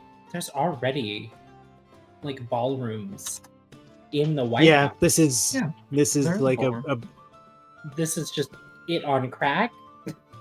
There's It's just tearing up surely gardens and putting a tacky building. Great. Just mark on the White House, okay? Jeez. It's so ugly and so expensive for no reason. I just hope that whoever. It's like the Donald J. Trump library that only has one book. It's the art of the deal. I just hope that whoever comes in there next just tears it down. I mean, the Rose Garden's already been paved over. That's funny. You think there's going to be a next? Just replace it. Seriously. There will be. Someone has to kill him. Yeah. I have to go to work tomorrow. Can't particularly partake in those kinds of conversations right now. I'm not saying I do. I'm saying someone. You know, I can't even be around that. Well, look at the time. I gotta go. I gotta return. Yeah. We'll see you guys next week. Bye. Good night, everyone. Ciao, ciao. Good night. Adios.